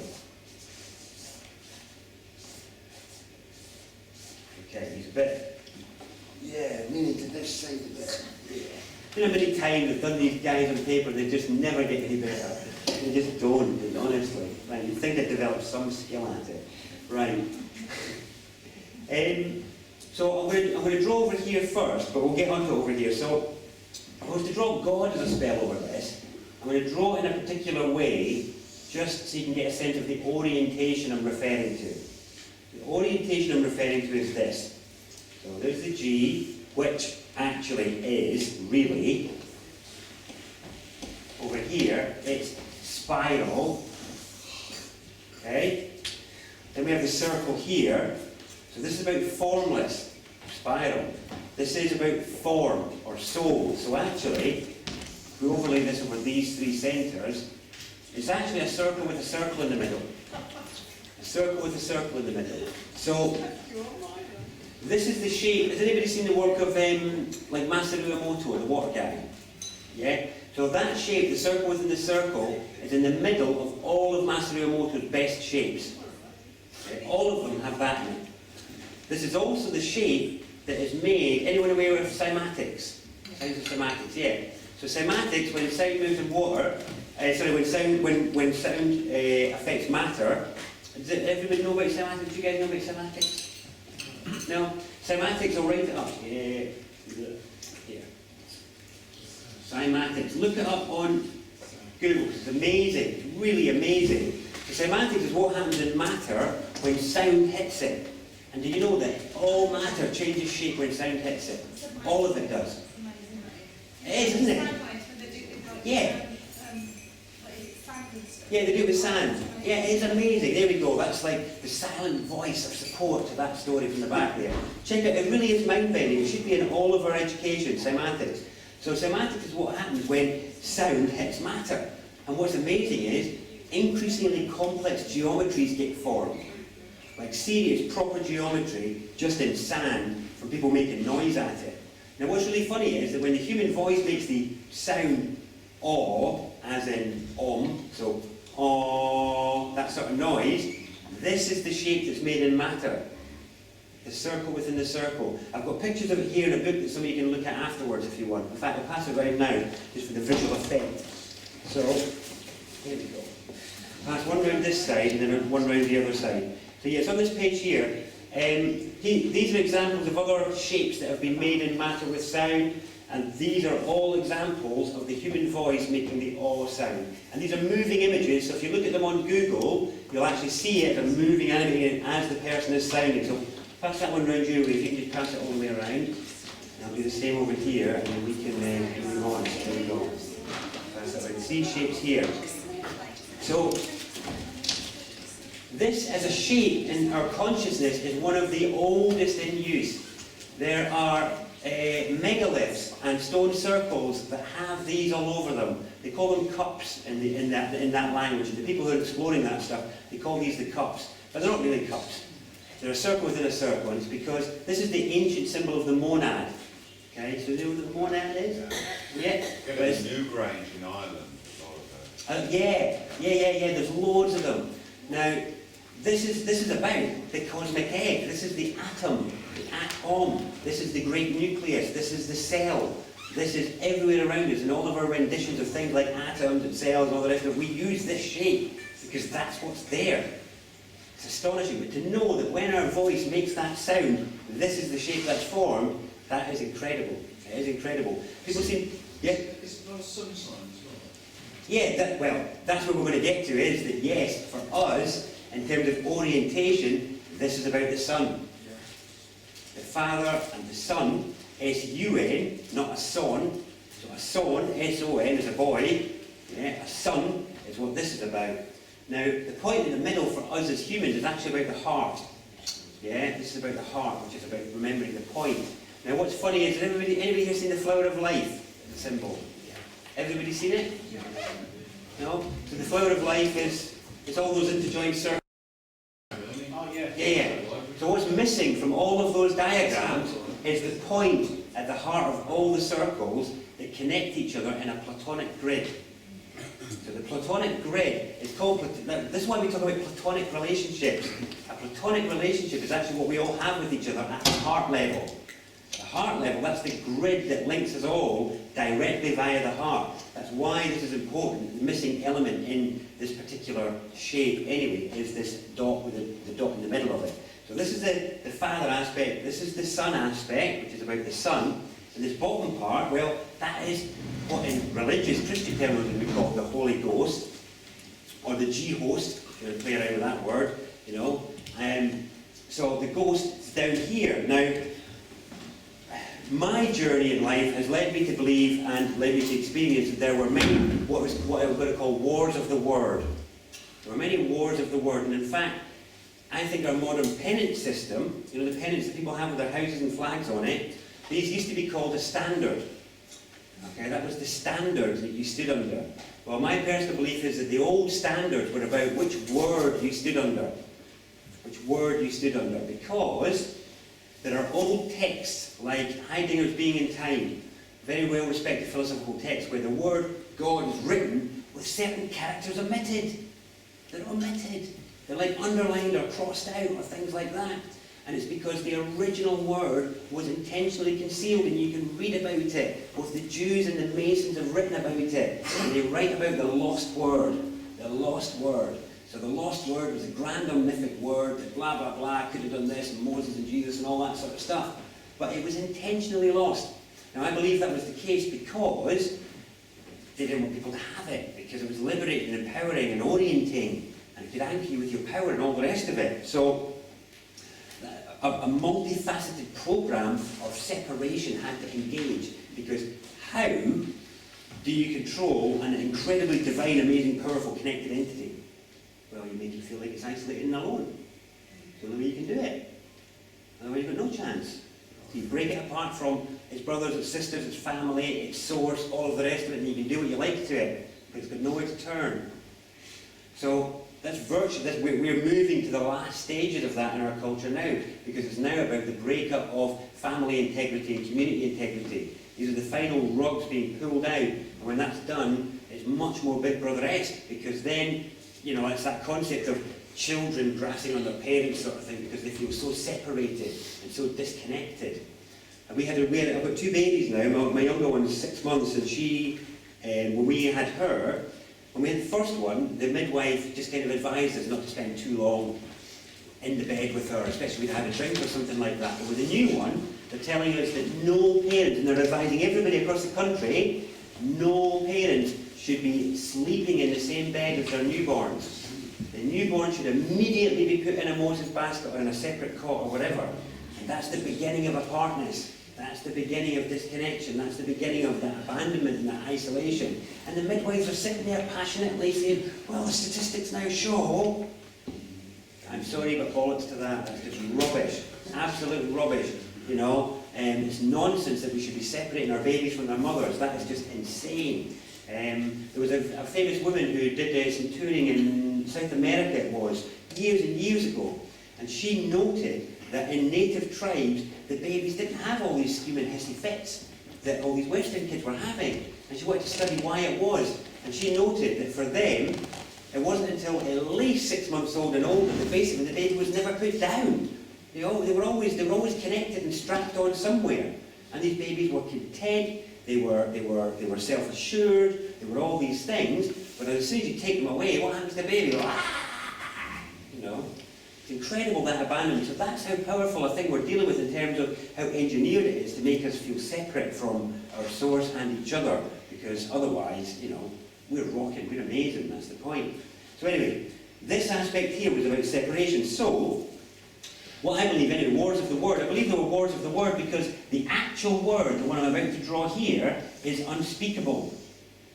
It is unspeakable, it is the unspeakable. It's to refer to the unspeakable because it's about the universe. And the universe is something that you are in, as with. You're not, you can't say it. It is the universe, the one verse. You can't speak it, you know. Then you would be the great I, wouldn't you? And this is that great, I think there's a great prophecy in Daniel or somewhere like that about the fall of Babylon, talking about the man who would seek to make himself as the Most High. And to me this is very much about seeking to believe that we could utter the word. You know, seeking to believe that we could utter the universe. You know? We are microcosms of the macrocosm, so we have our own speakable version of the word, which is the word good. That's our speakable version as a human animal. That's how we refer to the universe. And that's how we can experience it and relate to it and have fun with it and play in it and play with it and play as it by realising we just all goo banging into other goo. It's great, you know, it's fine. But as soon as we start to introduce any hard and fast lines on that, it gets a lot worse. So anyway, the point is that this situation here, this God situation, this is about the story of Arthur and the sword and the stone. Because the legend is, what did Arthur do to become one with the land? What did he do? For the king and the land to be one, what had to happen? The sword of Excalibur. The sword had to be taken out, that's right. So the legend says it was only after that point that the king and the land were one. What does that mean, the king and the land are one? It's an incredible thing. What it means is we are inseparable from our environment. That's what it means, we are one with the land. You know, I am one with that which I am in. This is the land and me. You know, and it is inseparably connected to the environment. But I'm not fully one with it because I'm not fully here yet. I'm still coming. I'm still arriving. Same for all of us. So we're still in the arrival process. But the myth is all about, has ended up with this space, this void, this gap. So there is a shape that has turned up in our culture in new generations that is very new and it's related to some of the shapes I drew over here.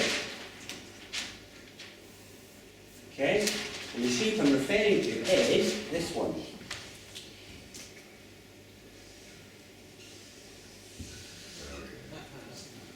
What is that shape? What do you call it? What's it? Oh no, what's the other word for it? Power. It is power. Power.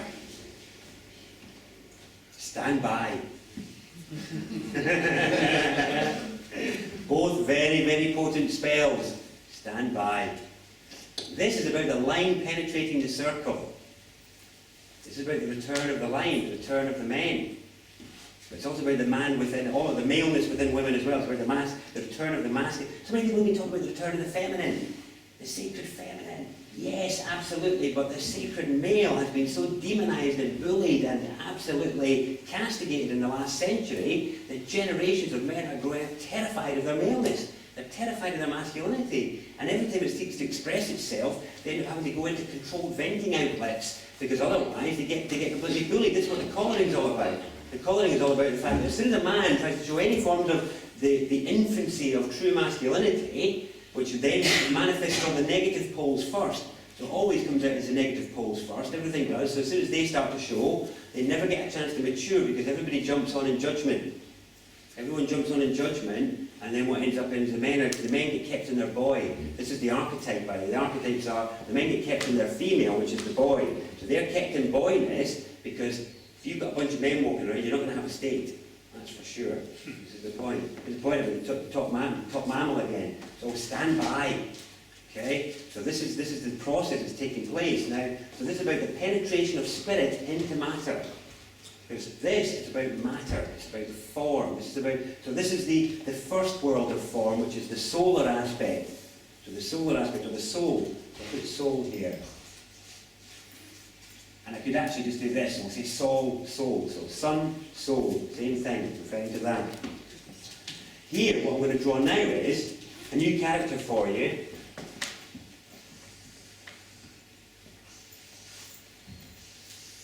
Okay? So, this character here, this is now the complete word. Before it was incomplete, now it's complete. Now, this is about the orientation of the Holy Ghost. It's not about the mother on its own. There's more to it than that. It's not just about female. There's much more to it than that. This is about polarity. It's about the up, the down, the left, the right. MEST, matter, energy, space, time. This is about the manifest side. So this overlays with this in different ways. And overall as a word, this is about orientation. This is about where you are, cosmically. So in the cosmos, spiral galaxy, solar system. This is about the human form. Man was made in the image of the Word. This is about the image that we've been made in that respect, with our galactic aspect, our solar aspect, and our manifest aspect. The manifest aspect is split in two. How many eyes have I got? Two. All right, sorry, hands. How many hands have I got? How many feet have I got? How many legs have I got? Yeah. Thankfully, I don't have to wrestle with the struggles of the wasps and the spiders. Yeah, absolutely. I don't envy them. This here, so the sword and the stone aspect of this is about the desire to speak the word. But it's also about the dismissing of the unseen. Because what this shape, what this character conveys, is that this world, which is the lower world, is comprised of the seen and the unseen. The manifest and the unmanifest, the up and the down, the left and the right, the hot and the cold, the in and the out. And it's very, very mixed up. The other primary thing that this is actually about is this is about balls. It's about balls. Ovaries in the women and balls in the men, but it's because they are the way in. And actually our capacity to express ourselves and to stand in the role as our own ruler is about our balls. And it's about whether you can stand in your power of your own internal truth, of your own internal line drawing, your own internal story. And it's the same for men and women alike. And it's about the power to do so. And actually, the power to do that is stored in your balls. in your ovaries, in your gender. Because the gender, I mean, the human fetus, in fact, all mammalian fetuses are female first. So, you know, calling balls and thinking about it as only men is irrelevant. It's only because they're on the outside in men. When I refer to the balls, I'm talking about the primal ones that are actually available to us all. And this is the power to do that, power to stand in your truth, rests in them. And there's no, I can't describe it here than that, other than because it is a feeling and an experience when we're faced with those challenges. So, for each of us, the uniqueness of our own position is your perspective. So that's the line, your line on source. There it is. Ooh, this is my perspective. Nobody can see the particular quark that you can see. Nobody can. That's your particular angle, your particular line. Thing is, though, you are the only one that can point that out to anybody. Nobody else can make that point, only you. But it's only through the energy of the balls working with the line that allow that to be expressed, which is what is rendered in this shape. Now, this shape is much more than that. I mean, if you could study Goo for years, you can study this for longer. Trust me on that. It's a long time. I'm still working my way through this. But this is about being... how are we doing on time? I'm seeing very tired out. This is very mind-bending, but it's all right. I'll just do a little bit more. Yeah, okay. There's Andy in the back grinning away. Okay, so the story I want to re-describe for you for this is about what do you need to be doing? What do you need to be doing to be able to have orientation in place? Well, this is to give you orientation, so you're here. This is about being here in this challenge of now. And the challenge of the expression of your balls in terms of your particular points and what you've got to make. But this is about the resolution of the two eyes. Okay? So the resolution of the two eyes. So here we are, down in this polarity aspect, and we have two eyes. And we're actually in the part of the cosmos where we are galaxy, at the top, spiral galaxy, solar system. So if you want to talk about stargates, this is a stargate for getting here from anywhere else. And it's also the stargate for getting out to anywhere else, for those of you that are into that sort of thing. But this bit is about our splay into the left and right. We are in the resolution of the two eyes. Somebody mentioned 6 legs earlier. No, we're not in the resolution of the 6 legs and the 6 eyes. That's up to the wasps. And the spiders are in the 8 eyes and the 8 legs. We are in the resolution of the 2 eyes. I want chocolate. I think that'll make me fat. I want to live in an orderly house. I can't be bothered. I've got both of them in me. I have to resolve the conflict of the 2 eyes. I have to resolve the conflict of my confused desires, my confused will, my uncertainty in the face of the challenges that are before me. That discernment and that decision making is all you need to worry about. Don't worry about the rest. Cultivate your discernment. Cultivate what it is you are drawn to and what it is you're not, and just draw better lines. The rest is irrelevant now. We're past that time. The time is gone for a lot of that namby-pamby. The time for me, in my personal belief, the time of this sort of format and this sort of approach to learning, to me, it's passing, it's going. That window is going. I've really felt it the last sort of couple of years, that the format is dissipating in its effectiveness. People have already decided where they're at, in a way. They've already decided what they're willing to hear or not hear. The point is about drawing the line and deciding it, because for me, in terms of, I used to believe in a convergent evolution. I used to believe that. I used to believe, and I used to strive to integrate all. I used to work in my life to pull everything together, feeling that humanity was on this arc of evolution that was returning to a unified principle. I now call that an over-unity disease. Okay? I think that's over-unity. I think it's a disease. I think it's wrong. I don't think we're at that stage of evolution that the great eye is returning back to one. Because it's still splitting itself. Space is still getting bigger. We're still having kids. There's still more animals happening. The great eye likes splitting itself. Why do we think we're on some kind of return arc in some way? I mean, that is the esoteric teachings, is that there's the involutionary arc and the evolutionary arc, and that somehow the evolutionary arc is tied back in with a reunification principle. Is it? Because that was the big question for me in terms of big story. I used to ponder philosophically, is the great eye splitting itself into all these different sheets to then return to the great eye again? Or is it like one giant, massive, galactic, cosmic cell mitosis that is basically saying, oh, I'm going to go through discernment to decide, you know, to split basically, so that all the bits that feel this way can go that way and play with that, and all the bits that feel this way can go that way and play with that. That's much more now what I feel like is going on. Because I've seen nothing but more divergence rather than convergence around me, and I've found that as I start to play with the energy of that, that is part of the left and right thing. So I'm going to give you a bit on how to help resolve the conflict of the two I's before we wrap up tonight. Because, yeah, don't forget, I need to talk about the tree of life as well, so I'll get to that in a second. So, the discernment of the two I's is about what I'm going to call the two no's. Okay? So you think you've got one nose, don't you, because you've got two eyes. But you've not really, you've got, I'm going to say you've got two. Nostrils, exactly. Two nostrils. Yeah. So, the two no's I'm talking about are no and no. Okay? They're the two no's. So some of you that have done some of my other spelling work will know that the silent characters, all the silent characters are very special. Every one of them in our language. There's none of them that's an exception to that. This is an important spell because it's got two silents in it.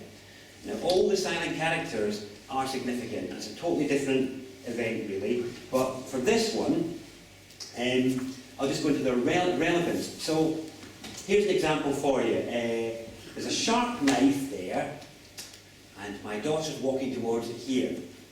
I can say, no, sharp. Or I can say, no, sharp. Do you see the difference there? No, hot. No, hot. The energy of the two of them is completely different. One is an absolute arbitrary line that doesn't exist. Okay? The other one is about experience. But these two are firmly related. This is the masculine, this is the feminine. So the no, the drawing of the line, masculine. The one about experience, the spectrum of experience, is the feminine. So, my daughter is a funny one with the fire because I can say no, hot. And then in the morning she'll look at me slyly and go put her hand on it.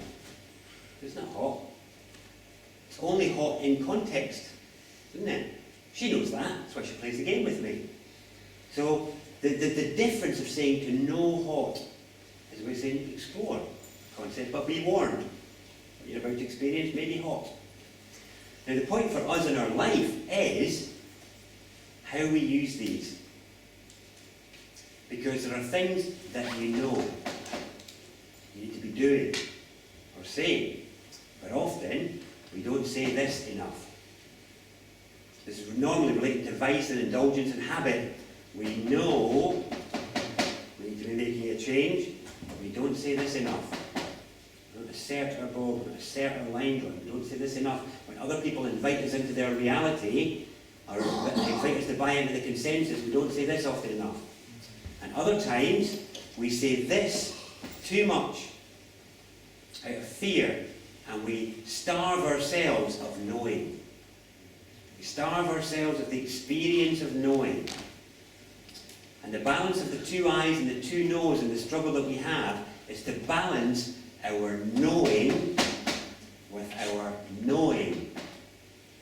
Because that's how you draw lines, that's how you create boundaries, by saying no. You want to come to this? No, thanks. Do you want to do that? No, thank you, I'd rather not. How many of you have ever been dragged into doing something you don't want to do?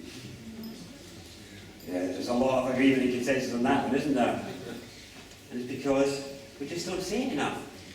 And it's because of the courage. Now you think about how you feel when you're about to say no with somebody like that. Okay?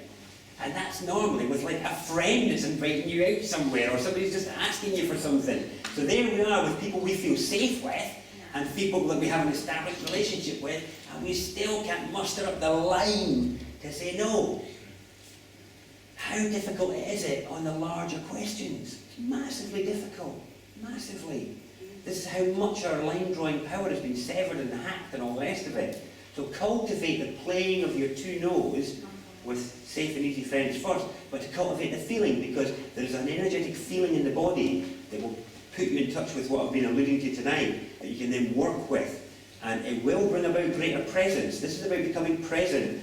This is about arriving. This is about being able to penetrate the substantive environment with your beingness and express it. So all the stuff we've been talking about, if you can just practice it in little situations like that with the yes, yes, no, no thing, and just see what happens, just to play with it. Because all we're doing here is resolving the conflict of the two eyes. This is it. Yes? I was just it's like when I do a notice. Yeah. It's like notice, or know this. Well, you could, yeah. The notice is a totally different one, though. Yeah, I do know. Do you want to know the notice? Do you want something to play with for the notice one? Okay. Totally different to this, right? But it is useful. Obviously, we're in a different context. We're meant to live in a justice system, aren't we? Okay. I'm ordering just ice, please. All the paperwork says on it, not ice. I'm sure I ordered just ice. I'm sure my menu said, I want just ice, please. But I'm heading up all the paperwork with not ice. So all the paperwork you're sending me is not ice. So excuse me, I'll just return that and say, I'm sure the order said I was looking for some just ice here, please. And I think it's a spelling mistake. We're absolutely scuppering ourselves on notices. I think the law system is totally playing a game with us on this one. And so I only discovered this a few months ago, and I really want to play with it. So I don't have the chance really, because I don't really have a fixed address. So if any of you do get a chance with it, play with the just ice, not ice game. You know, excuse me, I'm sure we live in a just ice system. I specifically ordered a full array of just ice, and you appear to be giving me not ice. So can you have your not ice back, please, and give me some just ice again? That's all I'm looking for here. So just to play with it, because it is true, it's a really, really significant point that to play with. Because it's clearly there on every single document we get, not ice. I thought this was a just ice system. Yeah, anyway. So yeah, no, you could play the other one, but I prefer that other one, just ice, not ice. And it is a new one as well. But to get back to this, just to finish off, because it is late, you're all tired, I really appreciate that, and I appreciate you sticking about. The other element of this is an interaction with the story of the Tree of Life as well.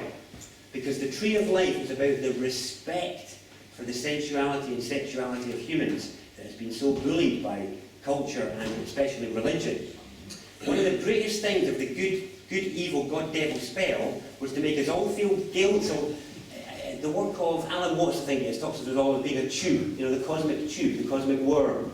Yeah, it's really all we are. This is a good concept as well. But actually at the heart of me is voidness. There's a void I'm seeking to fill. Okay, this is where all the great I expressing itself. There's a void within me I'm seeking to fill.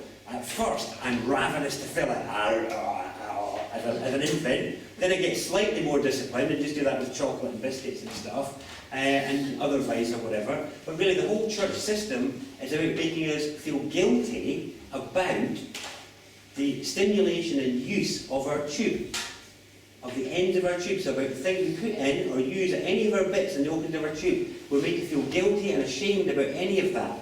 And the whole thing about the sexual aspect of the church and the removal of this is about the bullying of gender and sexuality into making it evil and bad and sinister. And you'll only be with one partner for life and anything else and you're going to hell. That's serious bullying, that. Whereas if you look at all the other mammal groups, every one of them, none of them behave in that way sensually. Because the thing is, we're so contact-starved because of this apartness that we put everything contact-based, usually, on the sexual spectrum. So if I come and put my hand on your leg, how long is it before one of us starts to question my motives? Or kicks it. Yeah, or kicks me, yeah. Or if I look deeply into your eyes. How long is it before somebody starts to question it?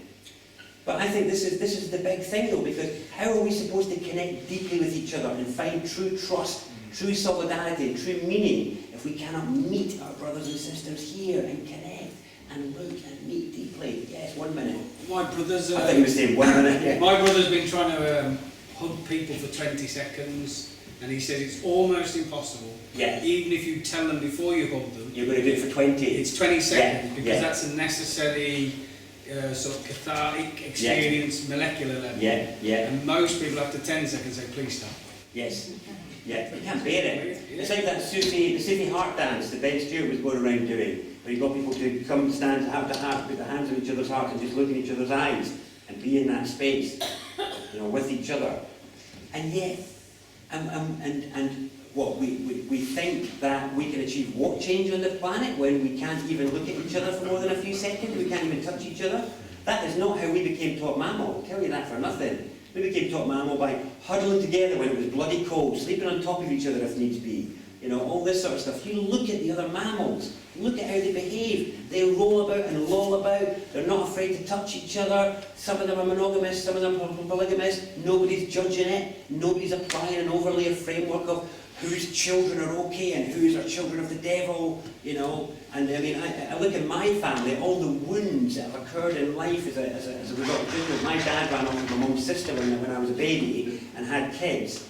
And I see a family of wounded people as a result of a moral framework, when in actual fact I've had experiences in my life that told me that it's Gaia that decides if she wants to blend her stuff, because this is hers. I'm just an indwelling awareness. This body's hers, this gene code and gene pool and DNA belongs to her. If she wants to mix it with somebody, actually, that's her decision.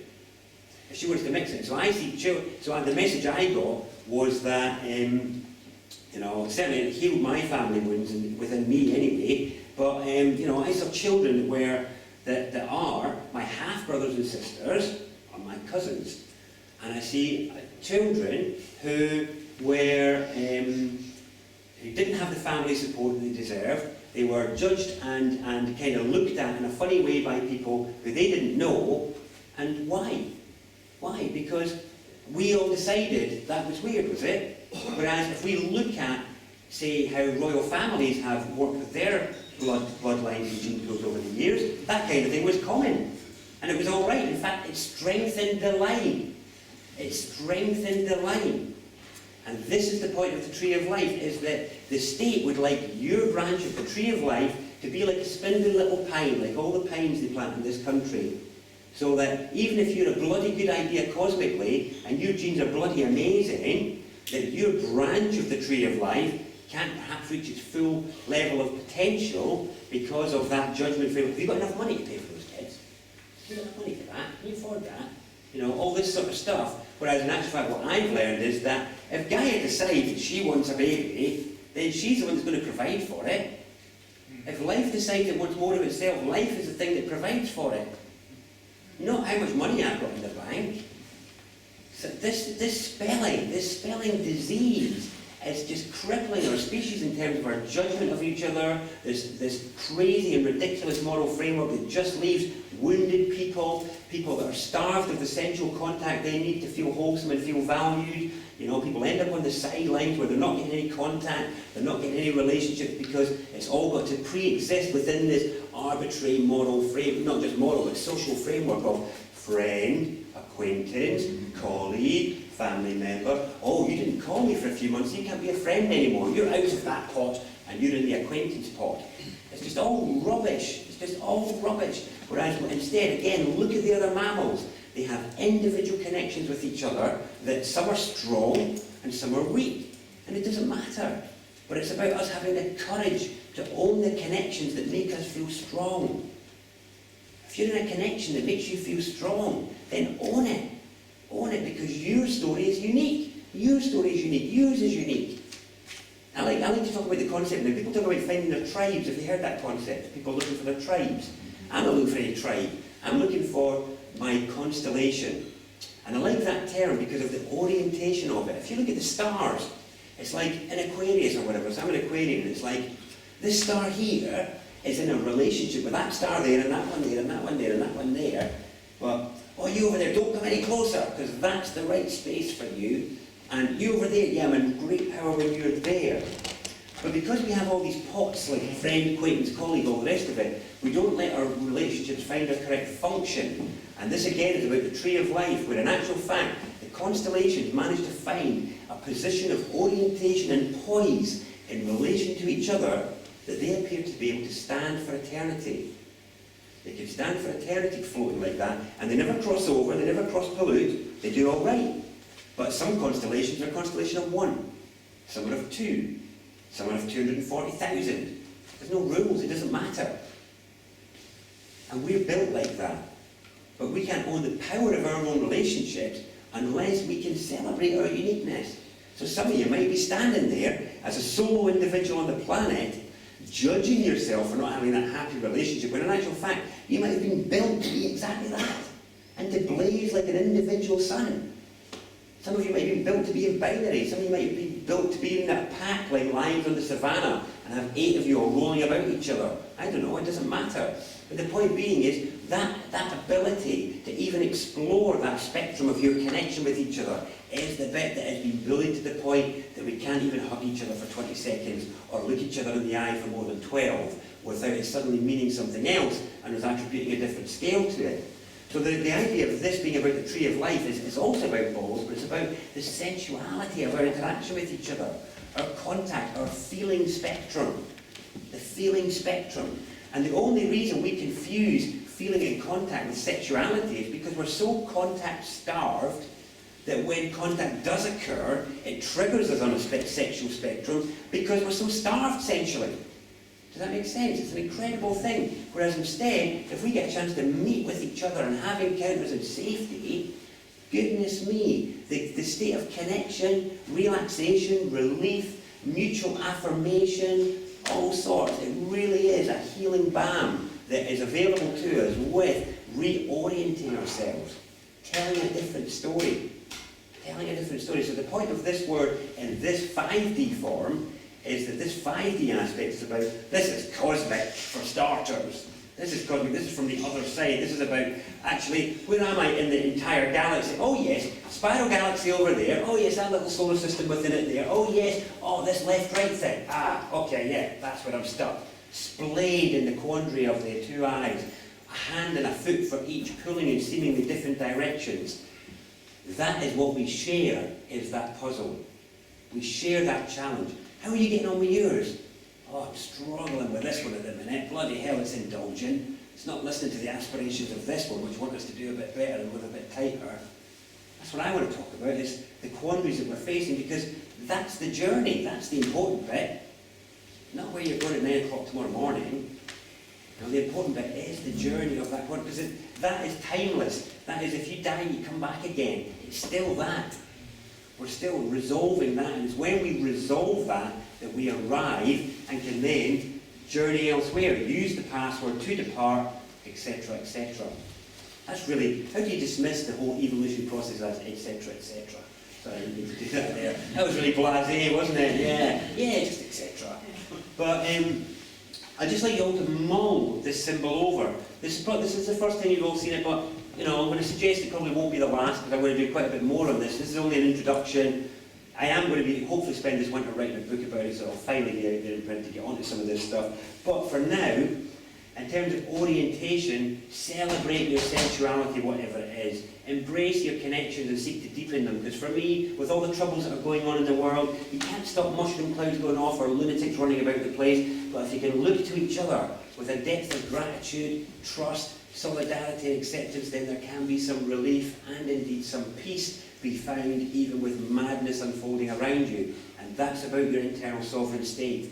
And that's about being able to take it to the place where you want it to be, where you've got rich and fulfilling connections and relationships here, now, in this life, because that's what it's about, isn't it? You know, it's to have it here. We can't change the story of what some of our brothers and sisters are doing. We can't stop them getting into their planes. We can't stop them making their bombs at the minute or whatever. But if we can arrive at our internal authority, then we might be able to do something about it. But for now, for most of us, the journey is simply arrive. Get here first. You know, stretch out, get warmed up, all of that, get a grip. You know, stabilise all these aspects. But for goodness sake, value yourself and ensure that you're getting your needs met to feel strong, valued, satisfied, all of these things, because then you can meet the challenges out there with a warm smile. And that's certainly what I would like to see in all of you more than anything else, because I said it in the last talk and I'll say it again, just to finish off, and that is that if there's only now, which there is, there's no past, there's no future, this now is made up of all the material that was in the now that just went. So if you want to ask, what is the story of our species? And you took a snapshot of every human face on the planet now, Now, what is the story being told? And is it worthy of us? I don't think it is. I think there's too many faces frowning and in consternation and horror and terror as a result of nonsense. And certainly, what I'm interested in is changing that snapshot. So there's a lot more warm and contented and grateful smiles there, because, like I say, we can't change the overall whole, but if we can at least make ours a warm, glowing, welcoming, humane smile, then that is us doing our bit. That is it. And then from there, things cascade. So anyway, 5-dimensional word. For those of you that have never got goo before, goo is an amazing word, spell to play with. Please do use it. That is the speakable version of this. This is unspeakable. It should remain so. It is a map rather than anything else. And yeah, there's more to come on understanding all of this. I got here late. The Black Magician's almost succeeded, but it's all right. You know, things are okay. Thank you very much for your time and attention. There may be more of this on YouTube in the future. Well, there will be. But my website is alternativeanswers.net. If anybody's interested in the goo concept, I've got a goo booklet here. I also have a booklet, that sound booklet that was going around. Can I have those two back, please, as well? That comes with a sound CD. I know half of you people have already got it, actually, but if the rest of you are interested, please come along. It's a working CD for using sound to transform state. There's that term again. And I don't know if we've got time for questions, but I would say let this sink in, let this digest, let it digest vertically, overlay it on your awareness, because this is about becoming the word and what that means, because it is about a word becomes a ward, you know. So we have this thing where we fall over, we trip or have an accident, don't we? And we say to each other, onwards and upwards, don't we? Onwards and upwards. Well, let's look at that as a spell just for a second. Onwards, upwards, toward, forward, reward. And what is a ward? It's a space of safety. It's a place of safety and a sphere of protection. It is a ward. So it's in a hospital, place of safety there, a place of healing. And a ward, in terms of a magical sense, a ward is an arena of protection and safety. Onwards and upwards, folks. Where are your wards? What are they doing? Some of the old magics have fallen by the wayside and made us vulnerable and prey to other forces, other creatures of the void. And this is what it's about. So get your wards up. If you can use either goo as a ward or visualizing the unspeakable here, that would work, and the nameless one down here. But visualizing these can work, but it's really more about you cultivating the power of your own balls, cultivating the power of your own eyes, cultivating the power of your nose and of your line, because these are the swords and the shield of your beingness that can keep you safe, because you are an indomitable kind of entity of the universe that has been built with incredible capacity, and you're only vulnerable as long as you believe you are. And as long as you believe it, we're like the porous rock, like the sandstone, that the waves can wash down to powder.